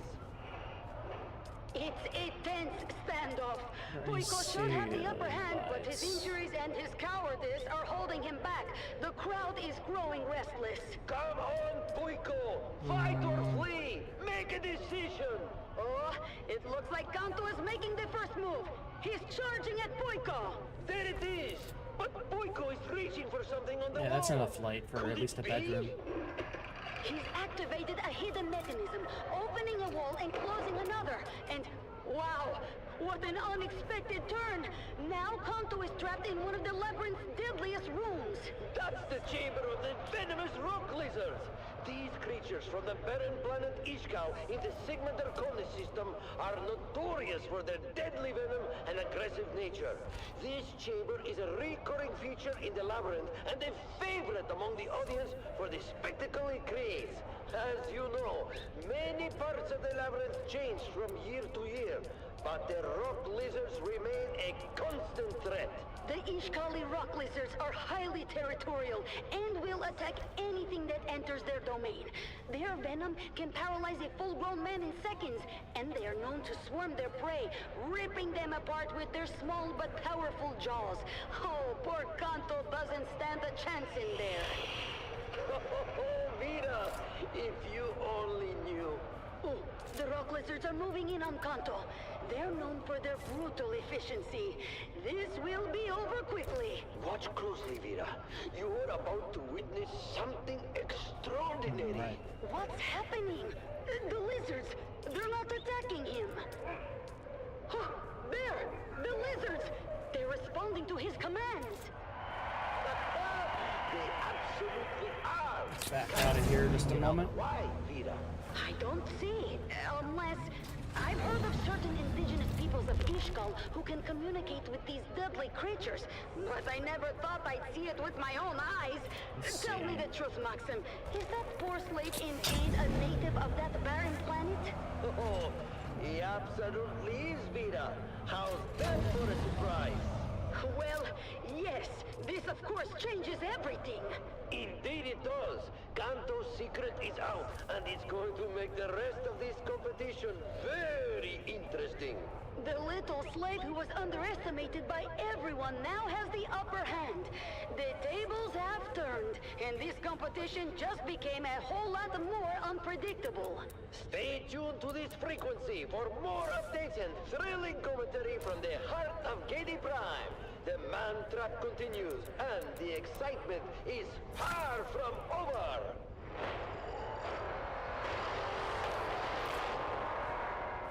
Keep your ears glued to the Harkonnen channel for live updates and the most intense moments from the games. The competition is heating up, and you don't want to miss a second of the Man Trap. Wow! Wasn't that amazing? The spectacle of the Harkonnen family games unequaled throughout the galaxy. The excitement is growing as the contestants engage with the terrors of the labyrinth and each other. I don't know about you, but I, for one, just cannot wait until the next installment of the Man Trap. Let's keep the momentum going with another stirring anthem.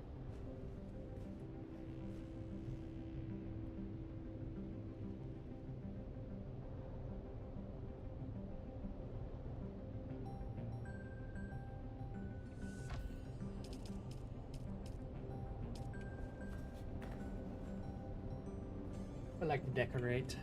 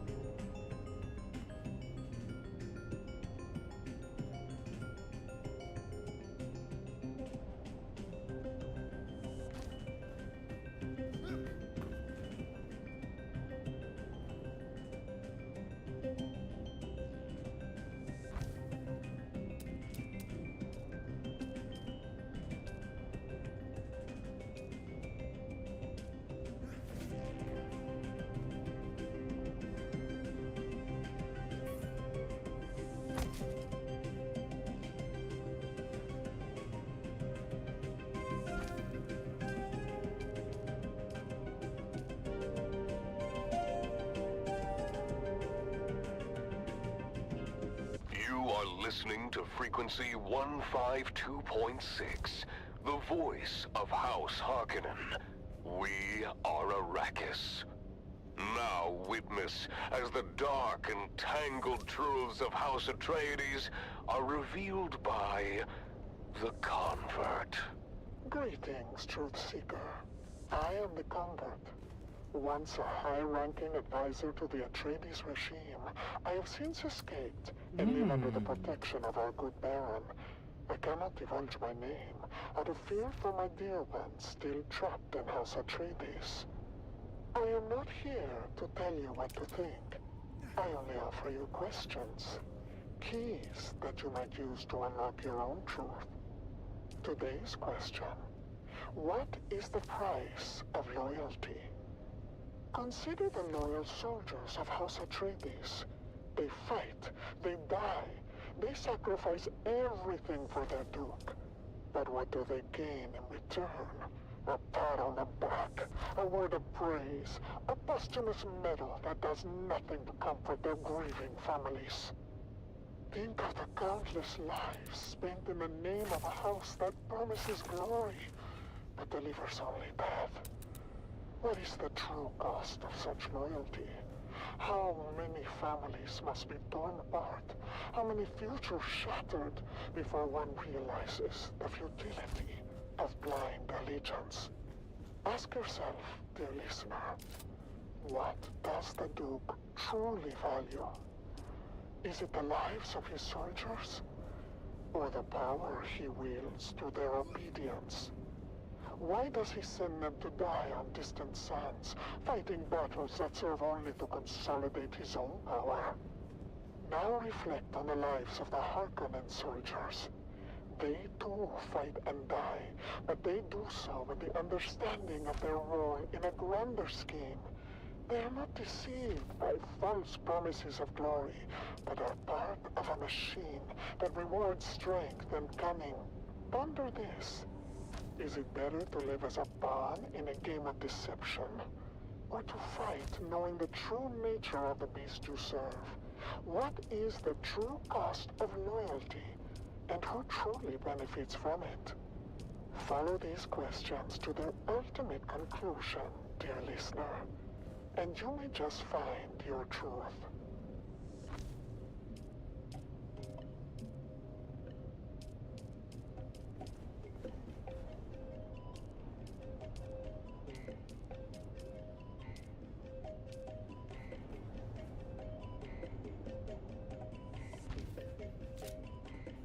Alright, I like my little office space. Makes me feel important.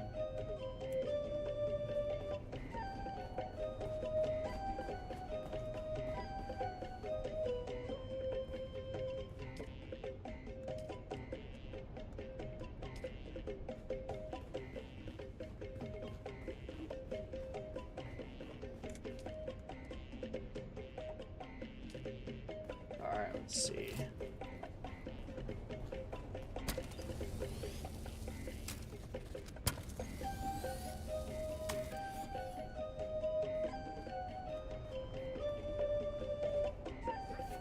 Oh, I can't fly.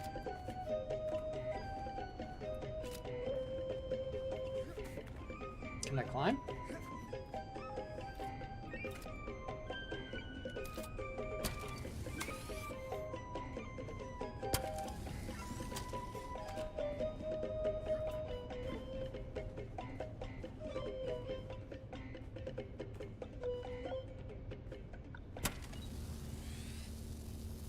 All right.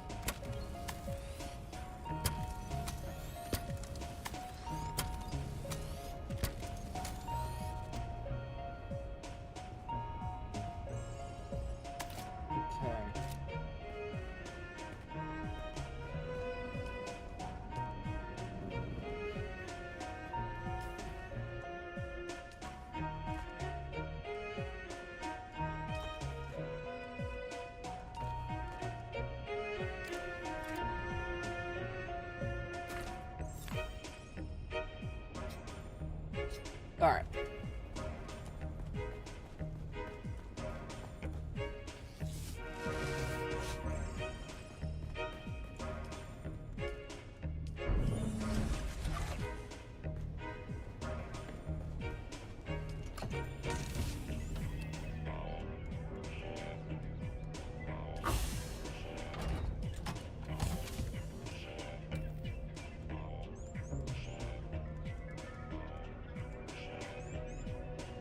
Slots already taken. Okay. Alright, I gotta go switch out this stuff, get my weapons, and then we can start maybe heading out for some spice.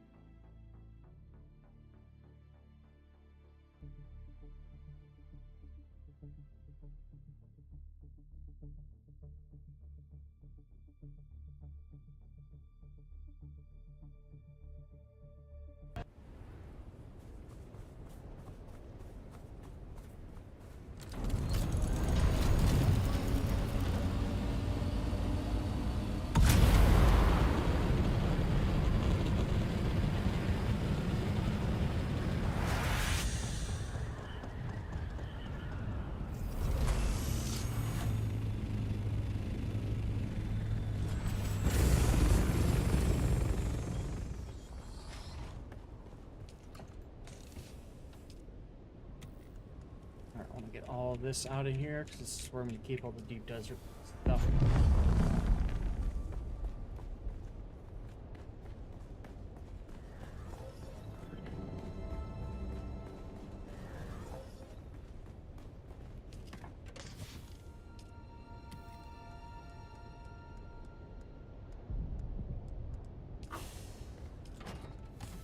Ooh, shit. Okay. I am really gonna have to like spend a day or two organizing my shit. 'Cause I don't know where anything is.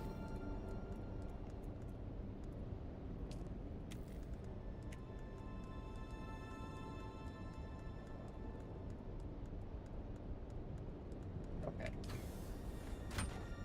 Let's grab my equipment.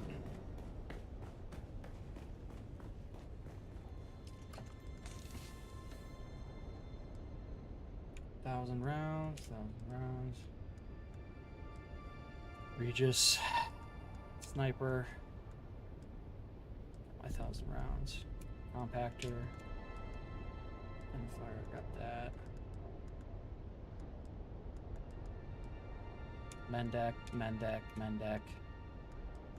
Mendak. Soft step. Boots. Boltzmann. Oh, no, I don't need that. I do need to fix my suspender belt, though. Remind myself. Okay. Let's see. I want that there. There.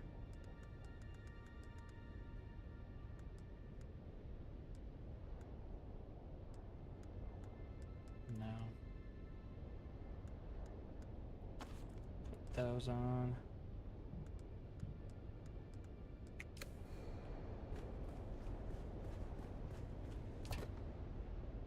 Oh shit.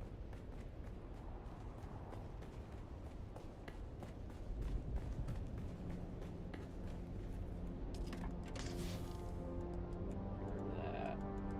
They want the blood bag. Blood bag. Where's my blood bag? Shit.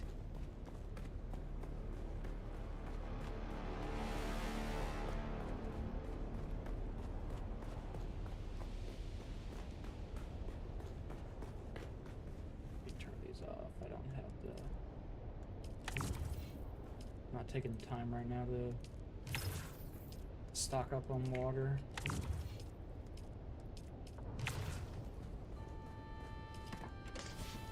Oh no!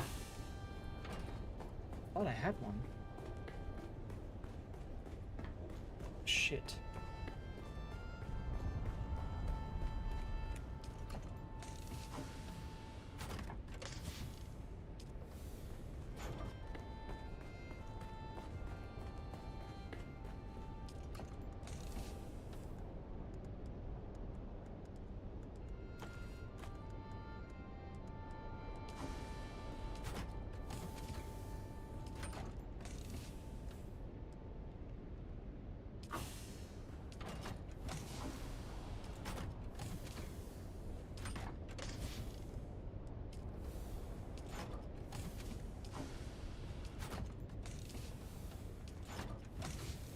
Fuck.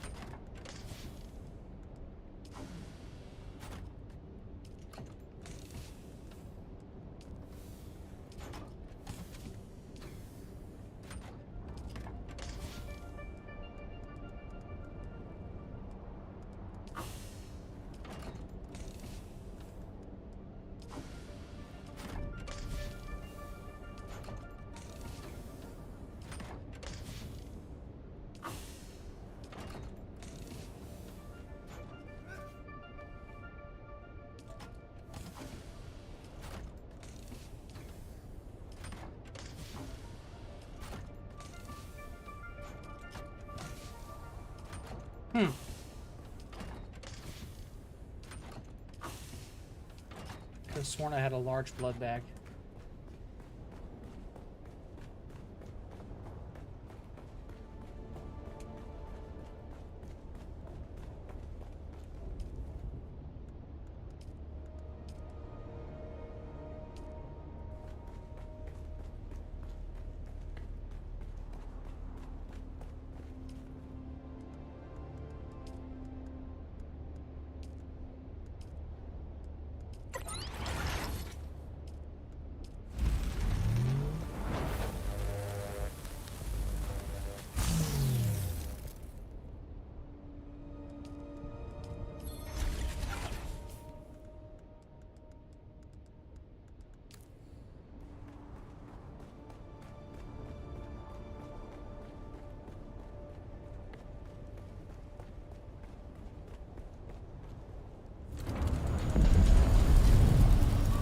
Alright.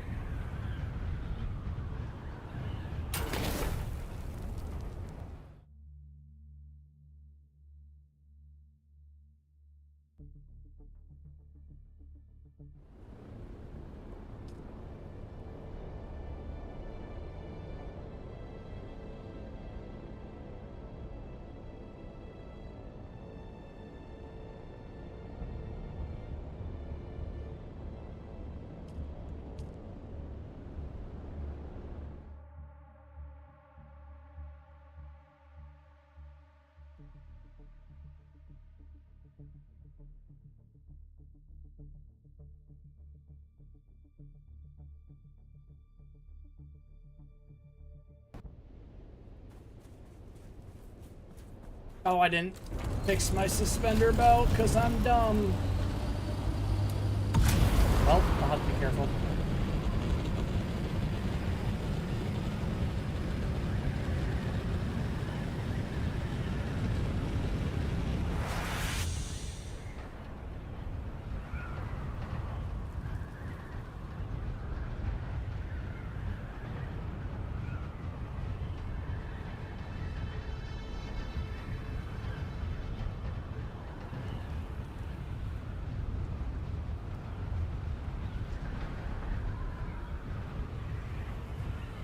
Ooh. That would be cool.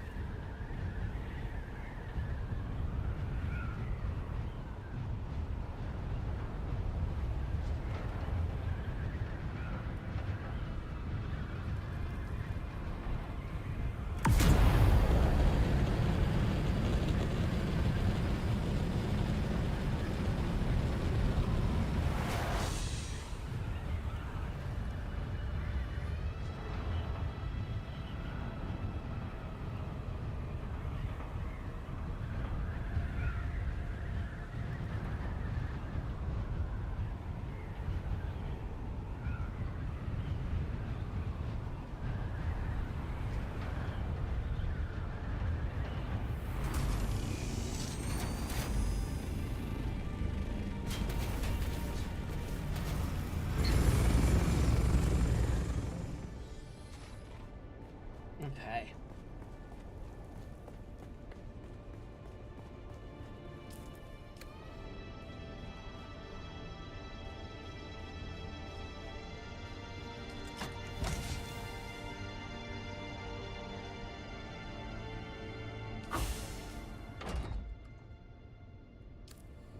So I'm not going to be using my heavy armor right now. I'm going to be using that.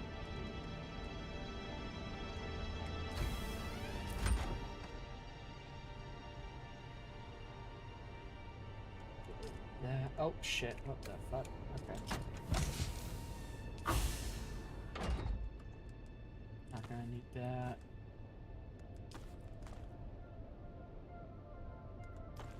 Need that.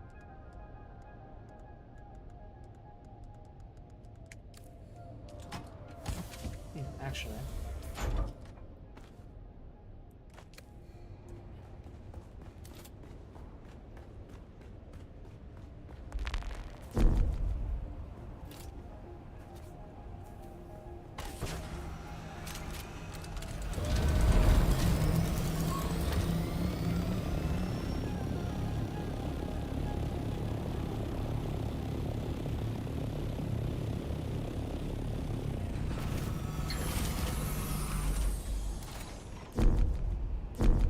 $5 meters. Oh my god, you assholes.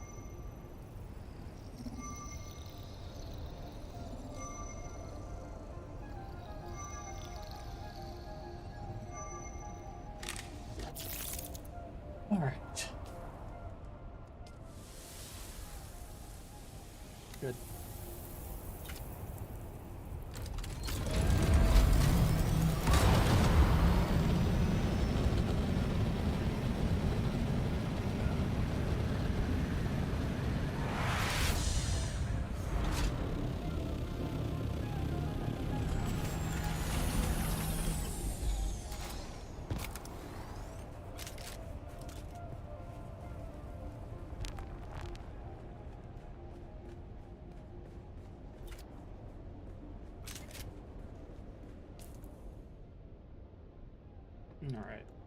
Let's put that there. Or no, that there.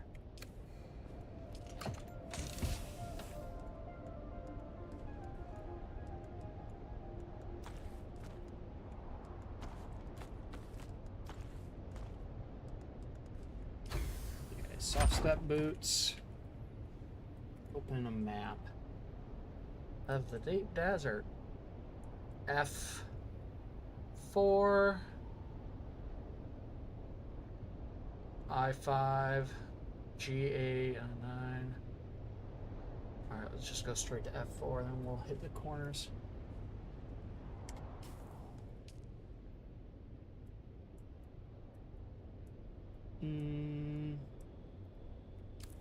Alright.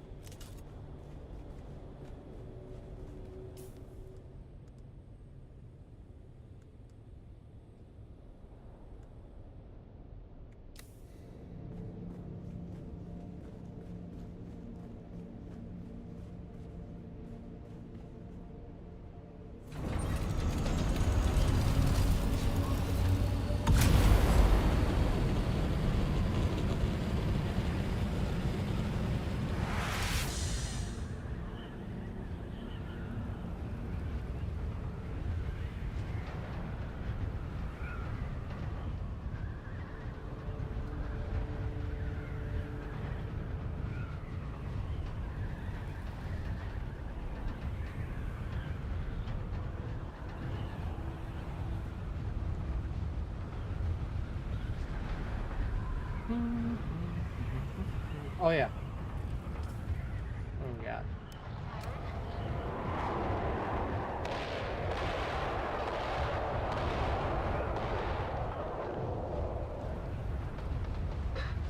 So much for the hard front line. That's right. It's rolling back. And they're broken. When the smoke clears, the casualties on both sides are many. But in the end, the Harkonnen forces are repelled, and the defenders of Helios Gate stand tall. But at what cost? You've done your Duke proud this day, troopers. Helios Gate stands because of your bravery. We really did it! 23 confirmed kills. I'm told that's a fortress record for Newbie. And this is just the beginning. Now they know what we're capable of. For House Atreides, and for each other, we'll face all comers together. And so, the siege of Helios Gate comes to an end, marking the first of many trials our young Guardians will face. Their journey of honor and courage has truly begun. Join us next time on The Young Guardians as our heroes continue their journey, facing new challenges as they uphold the legacy of House Atreides. Until then, remember, honor and loyalty are the true marks of a warrior.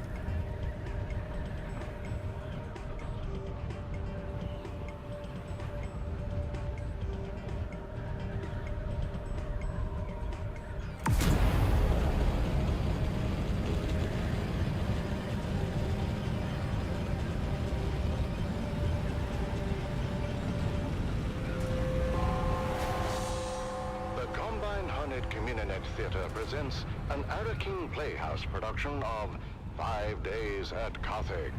Brought to you by the generous patronage of the Padishah Emperor and the tireless support of the Spice Miners Fellowship and the Leisure Committee. And now, it's time to dim the lights and return with us to those fateful days before catastrophe came calling. It's part 3 of 5 Days at Carthage. Let's see. The Imperial Scenarist Guild has been provided unfettered access to the sealed records and testimonies of those who survived the Carthage incident. The following dramatization represents the official truth, as judged and signed by the Imperial Chamber Court and Aulic Council. So let us journey then to the burning sands of Mars, a desert planet in a far-flung corner of the known universe. The year is 10-1-94, and the war of assassins between House Atreides and their ancient enemy House Harkonnen is well underway. We join our story alongside a capacity crowd at the Great Carthage Amphitheater. As the Battle of Windsec is reenacted for the enthusiastic crowd, anticipation continues to build for the main event. The history-making return of the legendary gladiator, Argus Fear.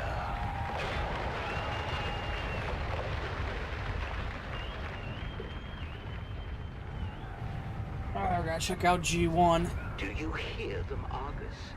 All of that. Do not overfill my ears with honey, old dog. I hear the crowd well enough. I also hear the sound and fury of Laskan fire. The Battle of Windsec, I believe. You know how the Harkonnen love their reenactments. Never heard of any bloody Windsec. A local engagement of some import. The exact details elude me, but Medium spice field, not bad. For the Harkonnens. Why celebrate it then? I'm told there is some disagreement on the specifics of how the battle concluded, and who, in fact, was responsible for the rather costly destruction of a Spice Guild facility situated there. The Harkonnens, no doubt. I believe the Baron would claim otherwise. Looks like another medium balloon over there. Where is my damned spice? The skin on my legs feel as if it's both swelling and tightening at the same time. The pressure is building. Where's my damned spice? That Harkonnen bootlick should be here by now. There he is. Control yourself, Argus. And do keep in mind we are here at their sufferance. Now, enough of your prattling page. You're beginning to sound like my sixth wife. Allies. Oh, hello. You're not Vestari? No, Vestari had to attend a pressing matter. I am here in his stead. What could be more pressing than my bloody spice? My legs feel as if they're about to burst and shower the room with gore. I have your spice. As requested, a 7% solution of melange, elaka oil, and Karana brandy. Did you mix it yourself?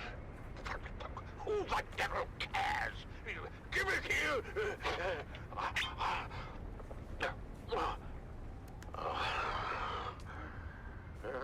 Pick up the spice. Polish. Go easy on the lad. I'm in no rush to be anywhere, and I wish to enjoy a nice day in the country. He'll sleep for a while now. The battle is still hours away. I know it looks bad. We're mostly retired these days, but when the Baron calls, Argus can never refuse. I'm afraid his vanity wouldn't allow it.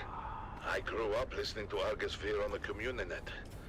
My father said he was the greatest gladiator in the known universe. Unfortunate. Need to keep my ears open.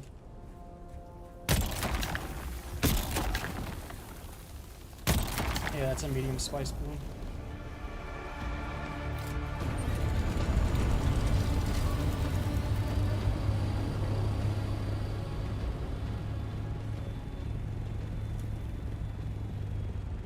Sky Halud. Sky Halud.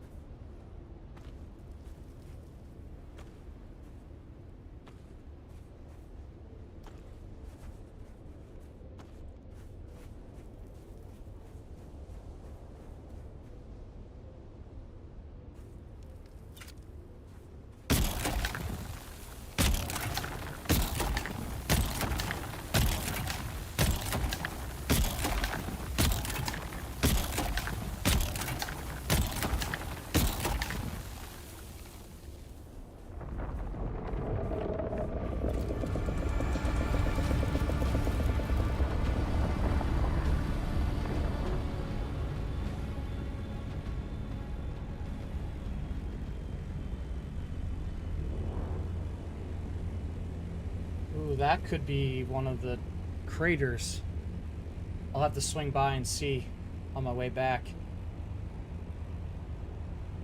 That could be a crater too. Actually, where am I? G3? No, okay, that can't be a crater.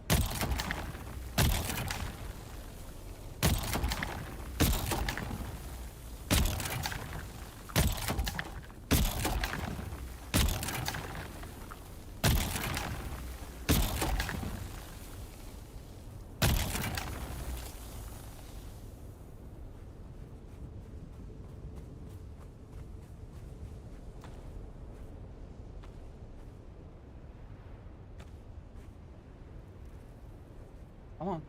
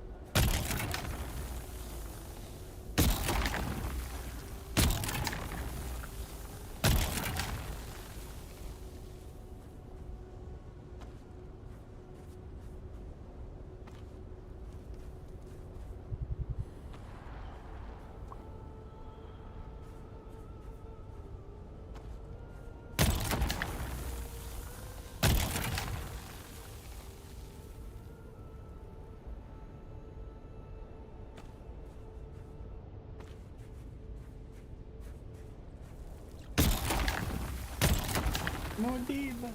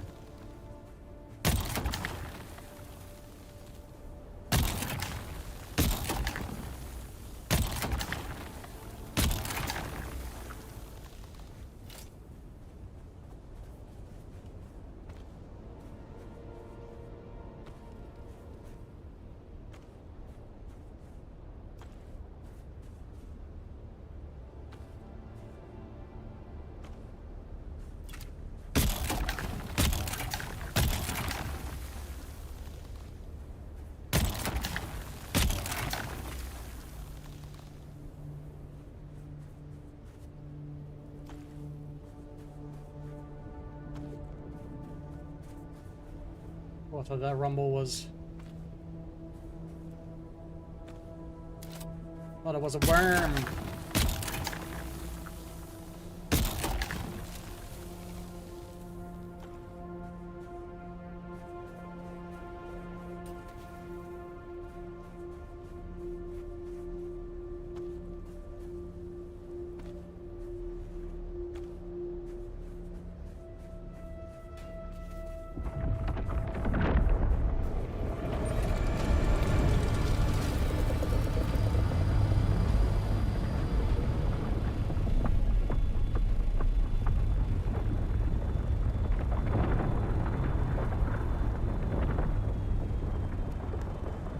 Oh my goodness.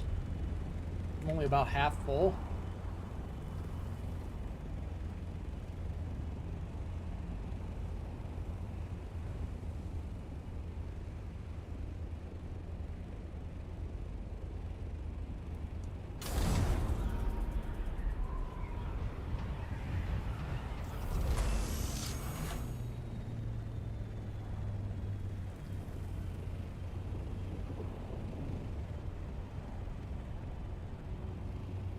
Keep hearing noises and I don't like it.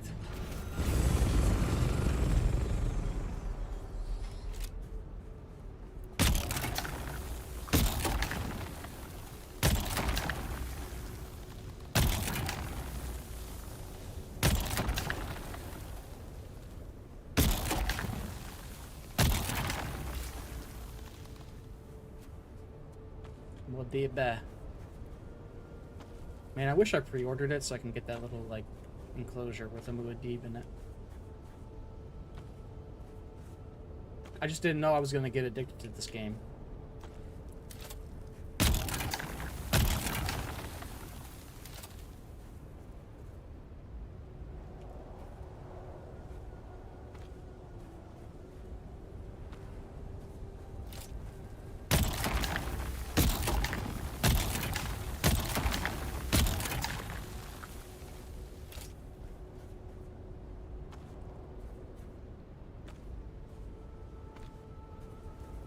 I'm gonna take this spice right back to Haga to get it processed. I'm gonna fix my shit.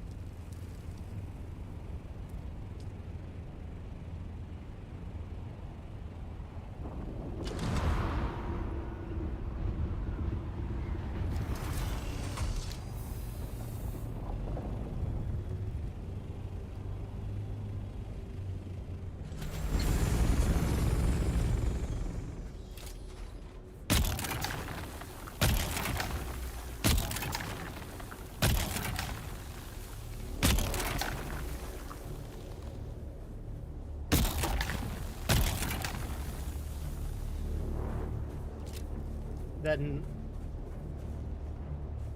Okay, one second.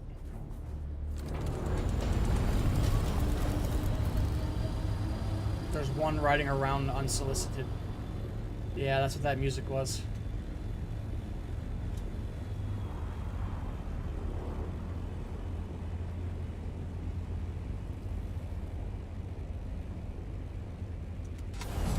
That music means there's a worm nearby, but it hasn't been aggroed.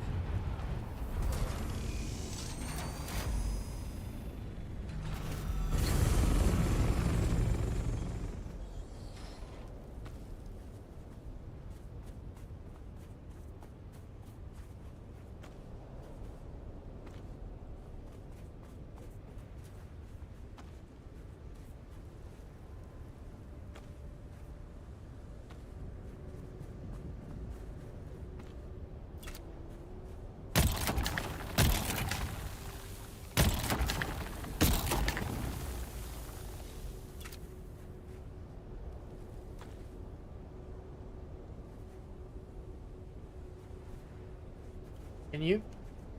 Thank you. Fucking controls, man.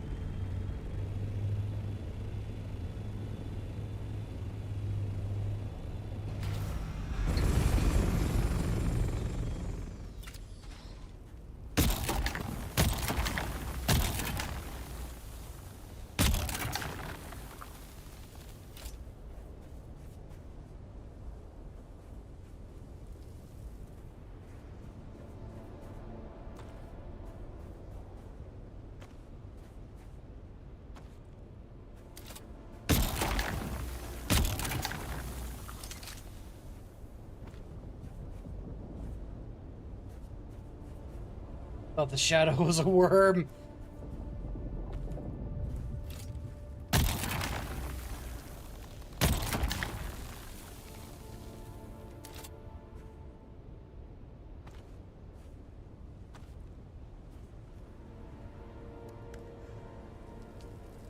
Almost.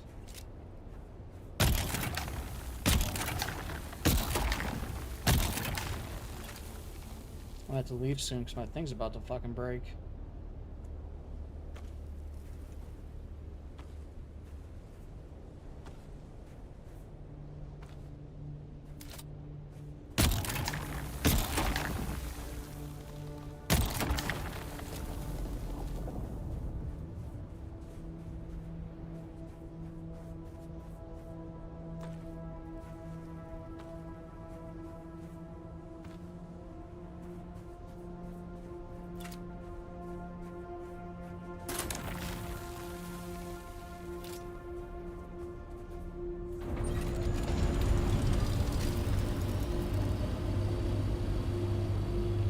Let's go see if that large crater broke.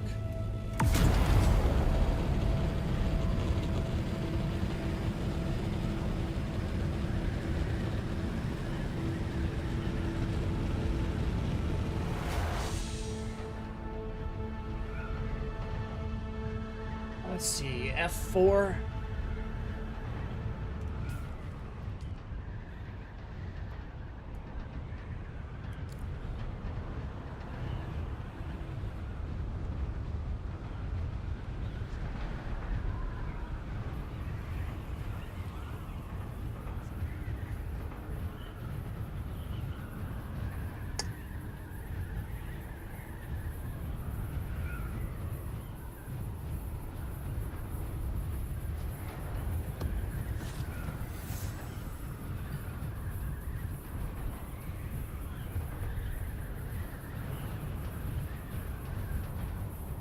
Ooh, I think I see a tint of purple, please.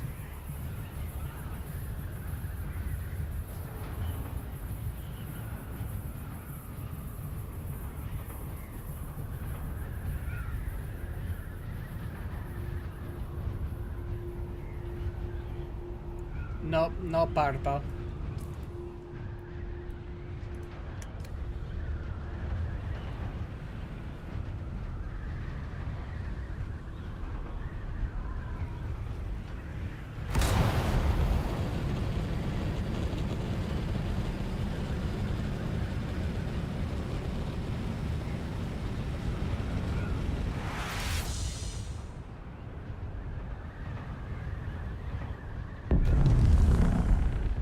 Oh shit.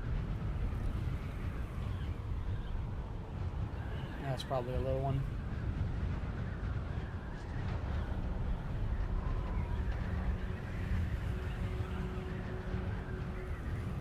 I'm sure someone's figured out how often one of the spice craters goes off and how often it rotates.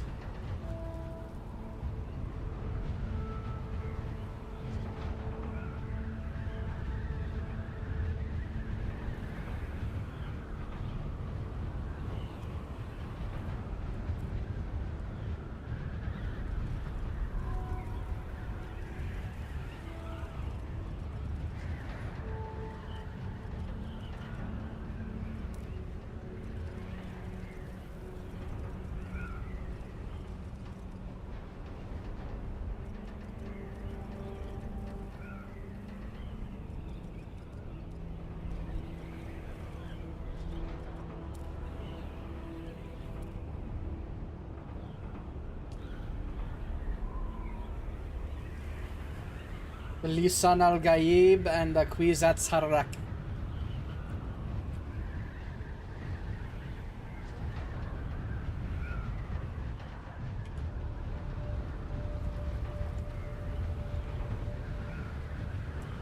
Beep beep.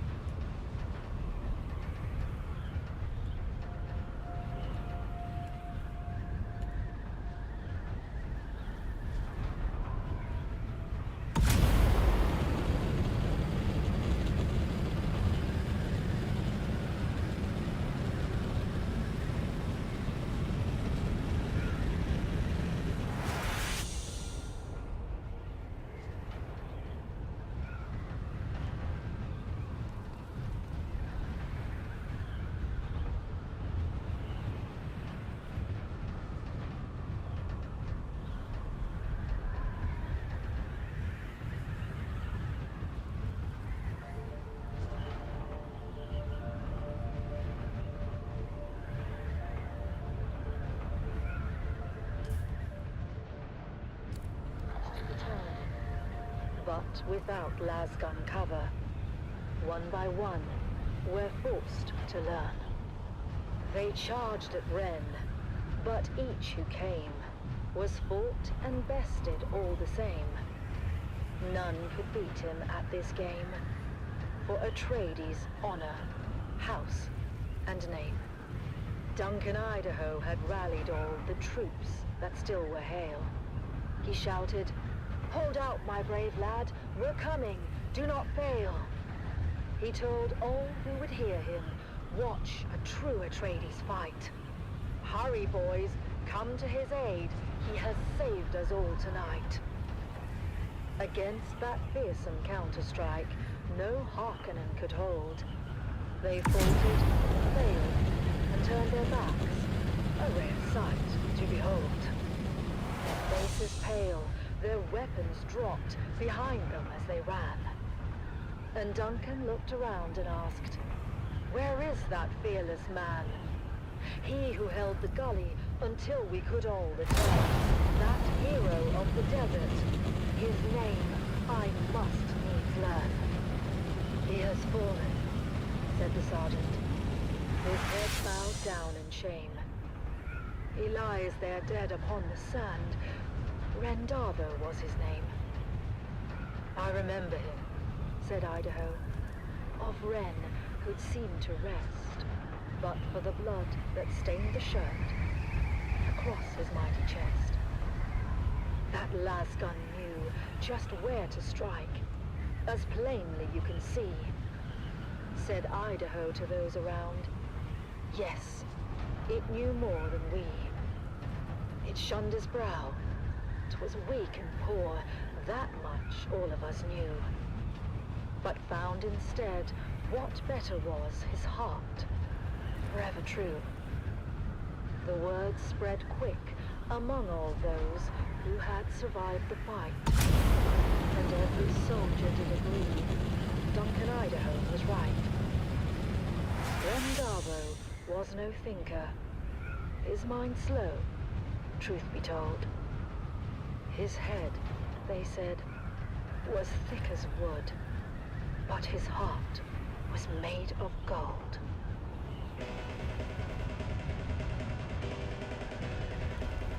Little base.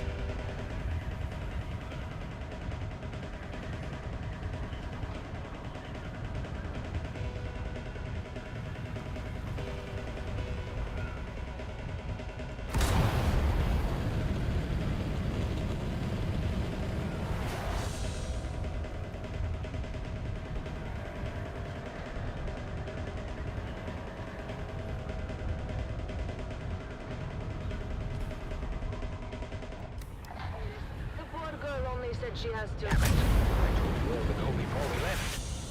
Davros, what do you suggest? This spice processed, and then I need to repair my stuff. My suspender belt.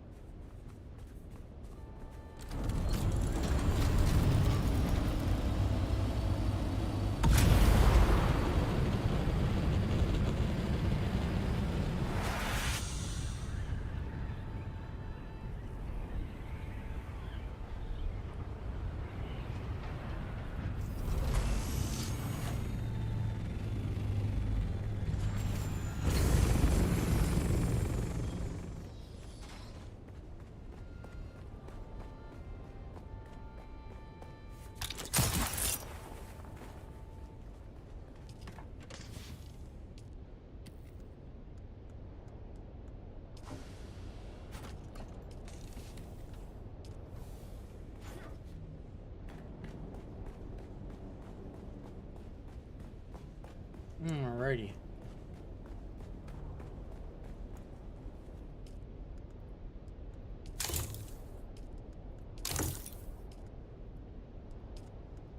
I need to grab some duraluminum, I guess.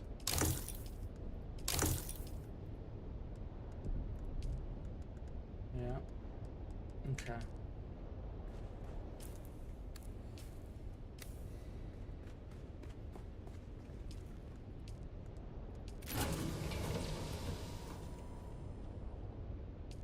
Beautiful, beautiful. 6 hours? I'll take it. It's almost bedtime anyways.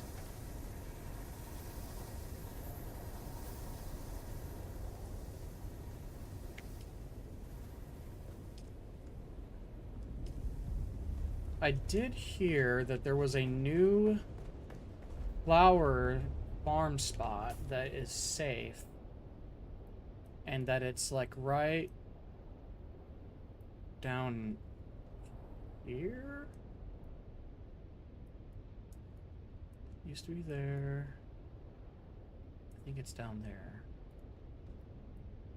Which means come in at like a 3 o'clock. Let's go see. And we'll just take the...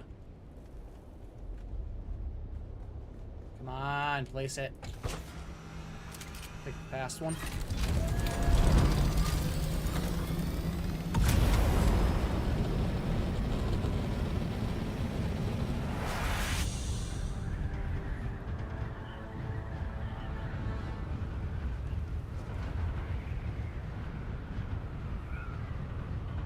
You know, I'd rather glide.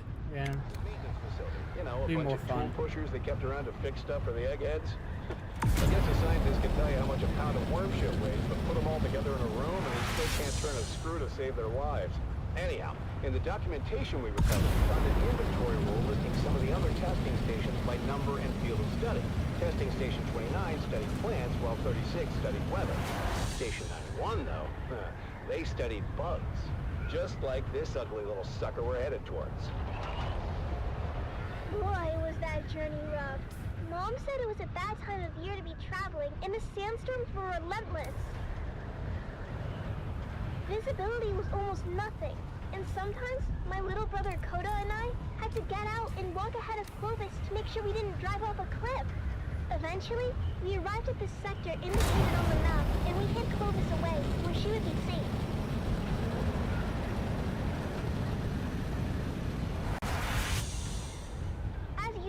Man, there's still so many people active. I'm surprised, honestly. Every step of that mission was a chafing nightmare. Before we left Clovis, I that made one might be a dying. harebrained decision to break in a handed-down still suit that didn't fit right. That one looks like it's I dying was in too. rare form and fit for time when we finally came upon Oh, the worm. massive portal in the rocks. By then, we'd been to enough of these old testing stations to know one when we saw it. The oversized doors were slightly open, but peering in, we could only see darkness. Coda was immediately apprehensive. Reading a lot of foot traffic, Sally. I'm not sure how lost this old testing station really is. Of course, that's when Dad and the rest of the family arrived. I knew it! Keep it down, Finn. I knew it! You said I was a fool. You said I'd lead us into an ambush. The night is young. Ignore your petulant mother, kids. We go in wedge formation. After me. We squeezed through the narrow aperture with ease, but quickly found our way blocked by a massive pit of darkness. After we recalibrated our optics for low light, we found a narrow ramp that wound down to the gaping shaft. I forgot all about my chafing as we descended into the darkness. I hated the feeling in there, the lonely, oppressive atmosphere that long-abandoned places had in common. But the spell was quickly broken when a Harkonnen fire team floated on the center of the shaft from above. We flattened ourselves against the wall and kept out of their lights as the noisy and oblivious troopers floated past. You know that bloody city will never be finished. The beast is a fool. One day the Baron is going to come and see where all his Solaris went. There's You don't want Mordecai's to be around when that happens. stuff. Why is it you don't want that? You haven't met the Baron yet, have you, boy? Damn it, Finn. This isn't a test of patience. It's a Harkonnen base. I told you the night was young. So, what do we do now? This place is huge. And we came this Alright, I gotta far. check that video. I say we go on high alert and check it out. We couldn't risk getting caught, so we stuck to the shadows and moved as quietly as we could. Momo's right. This place was huge, with tunnels going off in every direction. We saw rooms full of weird machinery and old tech, stuff I'd never seen before. But oddly, no bugs or insects of any kind. There were never any bugs, Sally. I think the symbol on the map indicate Harkonnens, not bugs. Well, their helmets are kind of bug-shaped when you look at them. That's when we heard footsteps and ducked into a side room just in time. Peeking out, we saw a group of Harkonnen troopers march past. We didn't know how many there were in total, but any kind of combat would have brought the whole base down on us. My heart was pounding so hard, I was sure they'd hear it. After they were gone, the spirit of adventure had left us, and we resolved to get out of there as fast as we could. Koda and I really wanted to kill us a Harkonnen, but Mom told us it wasn't our time yet.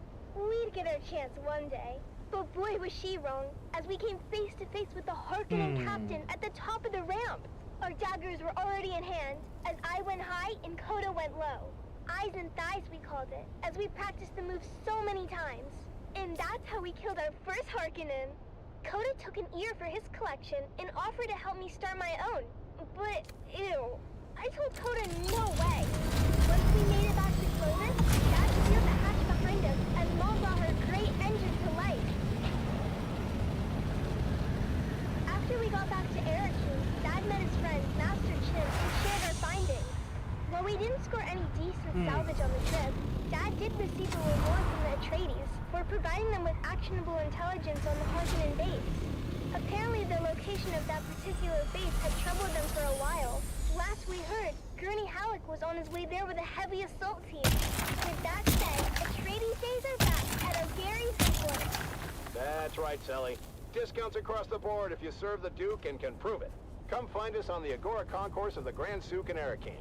Because at O'Gary's Imports, if you want it, we have it. And if we don't have it, we'll get it. Thanks, Dad. Until next time, this is your faithful Batman scout, Sally O'Gary, signing off and reminding you to always check your six. And come back next time for another episode of the Wastelander Chronicles.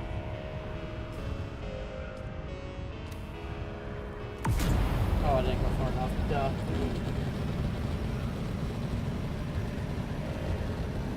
Ooh, okay. Okay, promising. Hell yeah, that's so close.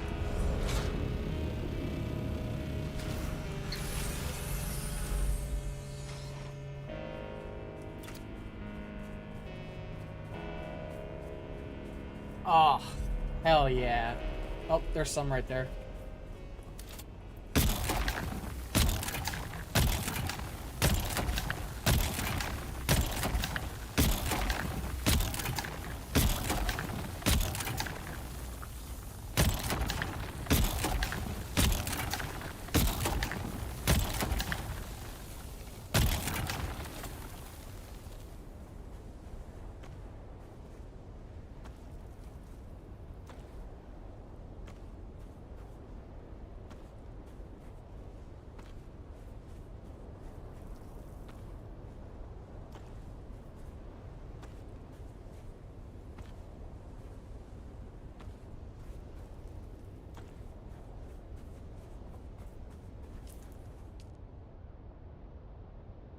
I'm just going to keep that marker there as a point of reference.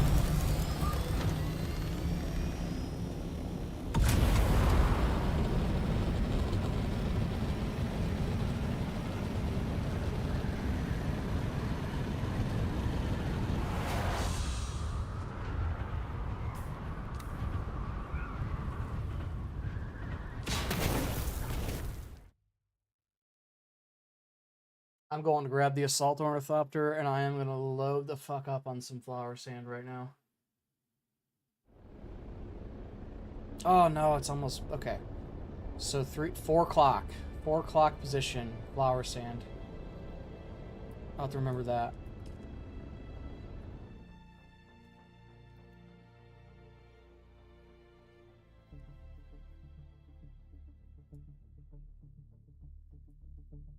tar sand at 4 o'clock.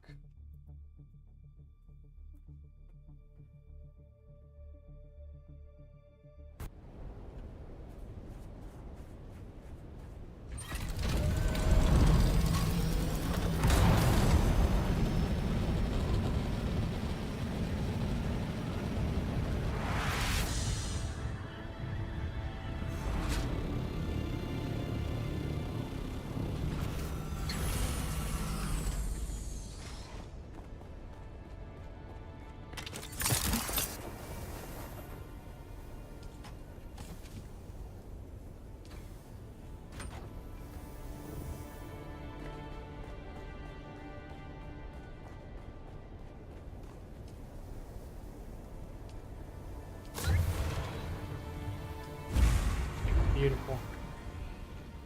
What do we got here? No more aluminum.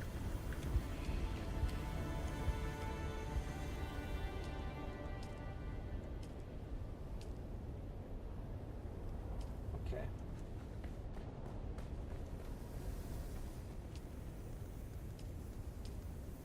The steel. Alright, I gotta get that from the down ships in the deep desert.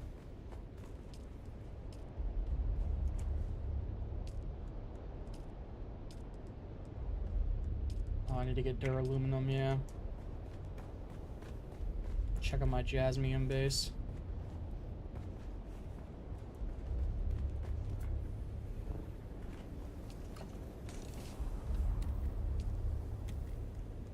Okay.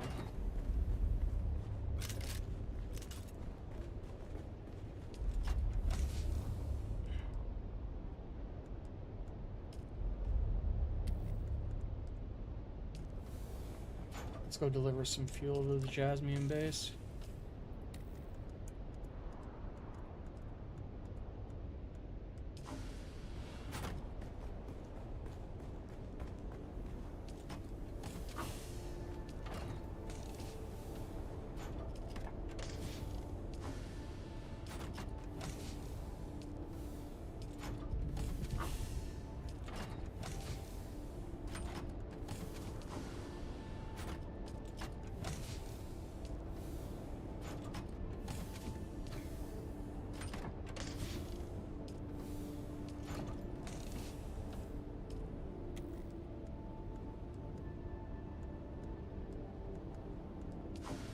Okay.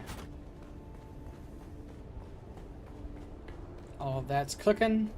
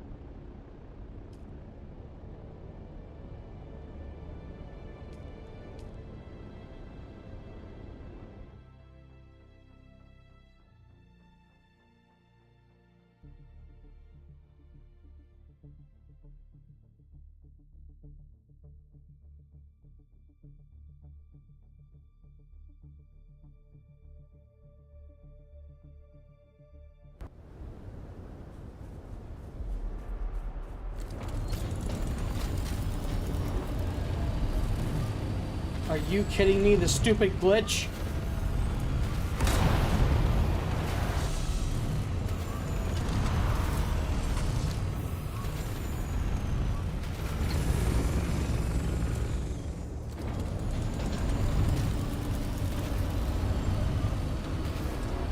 I'm so pissed.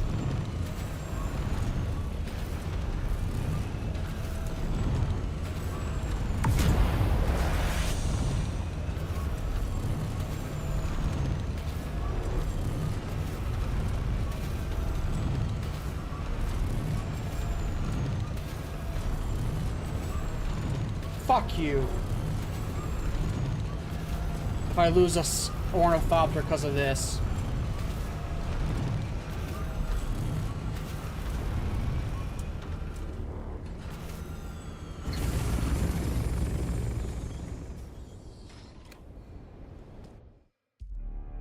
Fuck you, Funcom. Seriously, go fuck yourself.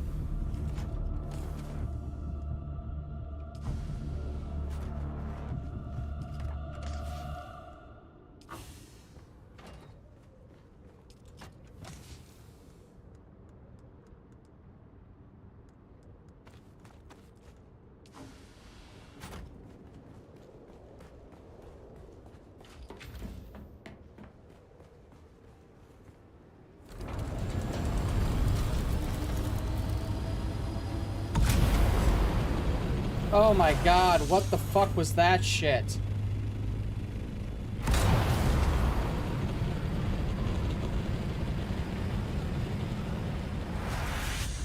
I'm about ready to fucking rage quit, dude. It wouldn't let me turn up for a moment. I was gonna hit that stupid fucking glitch again.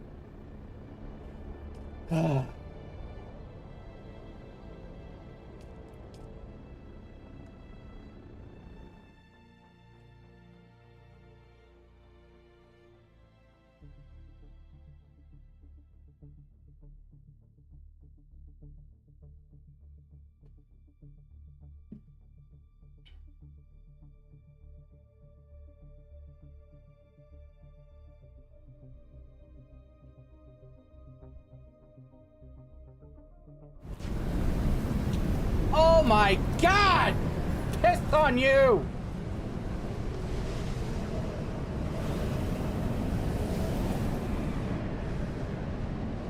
Bruh. Oh my god. Oh.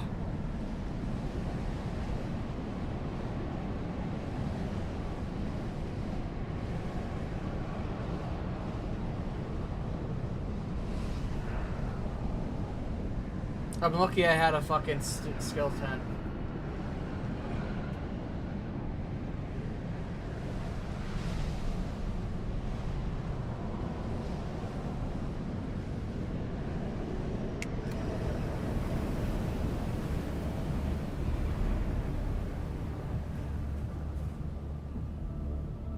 Get me the fuck out of here, dude.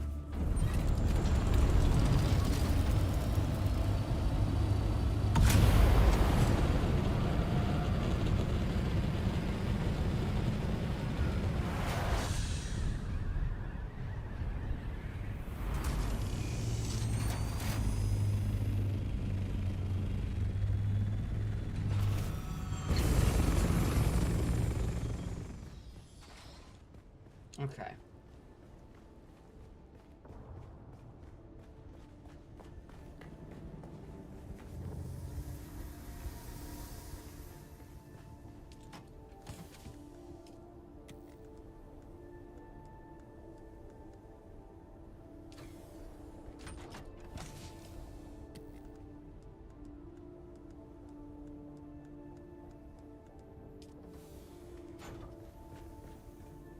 All right. Let's get some duraluminum going.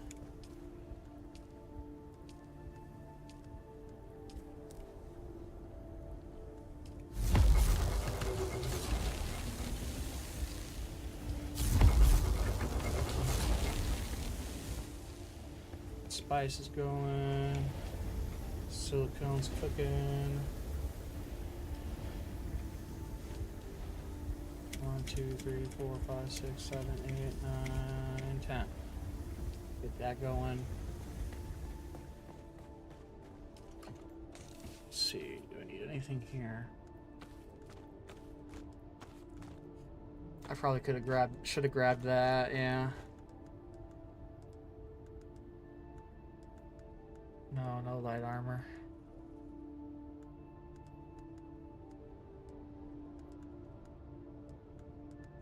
Okay.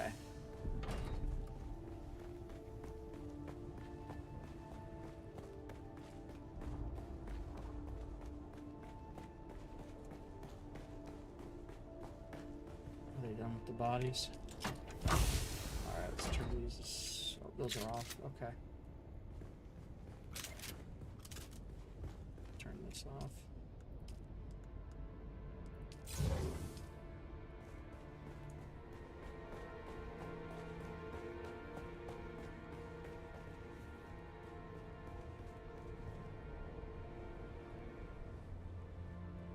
Alrighty.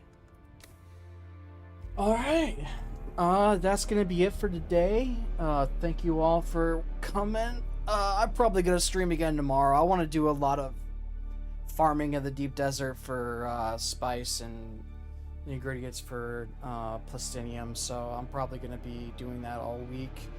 If you're watching me over on YouTube, go ahead and give me a like and subscribe. I'd really appreciate it. If you could also go and follow me on Twitch and Kick. Every little bit helps. So I appreciate y'all, and I'll see you next time.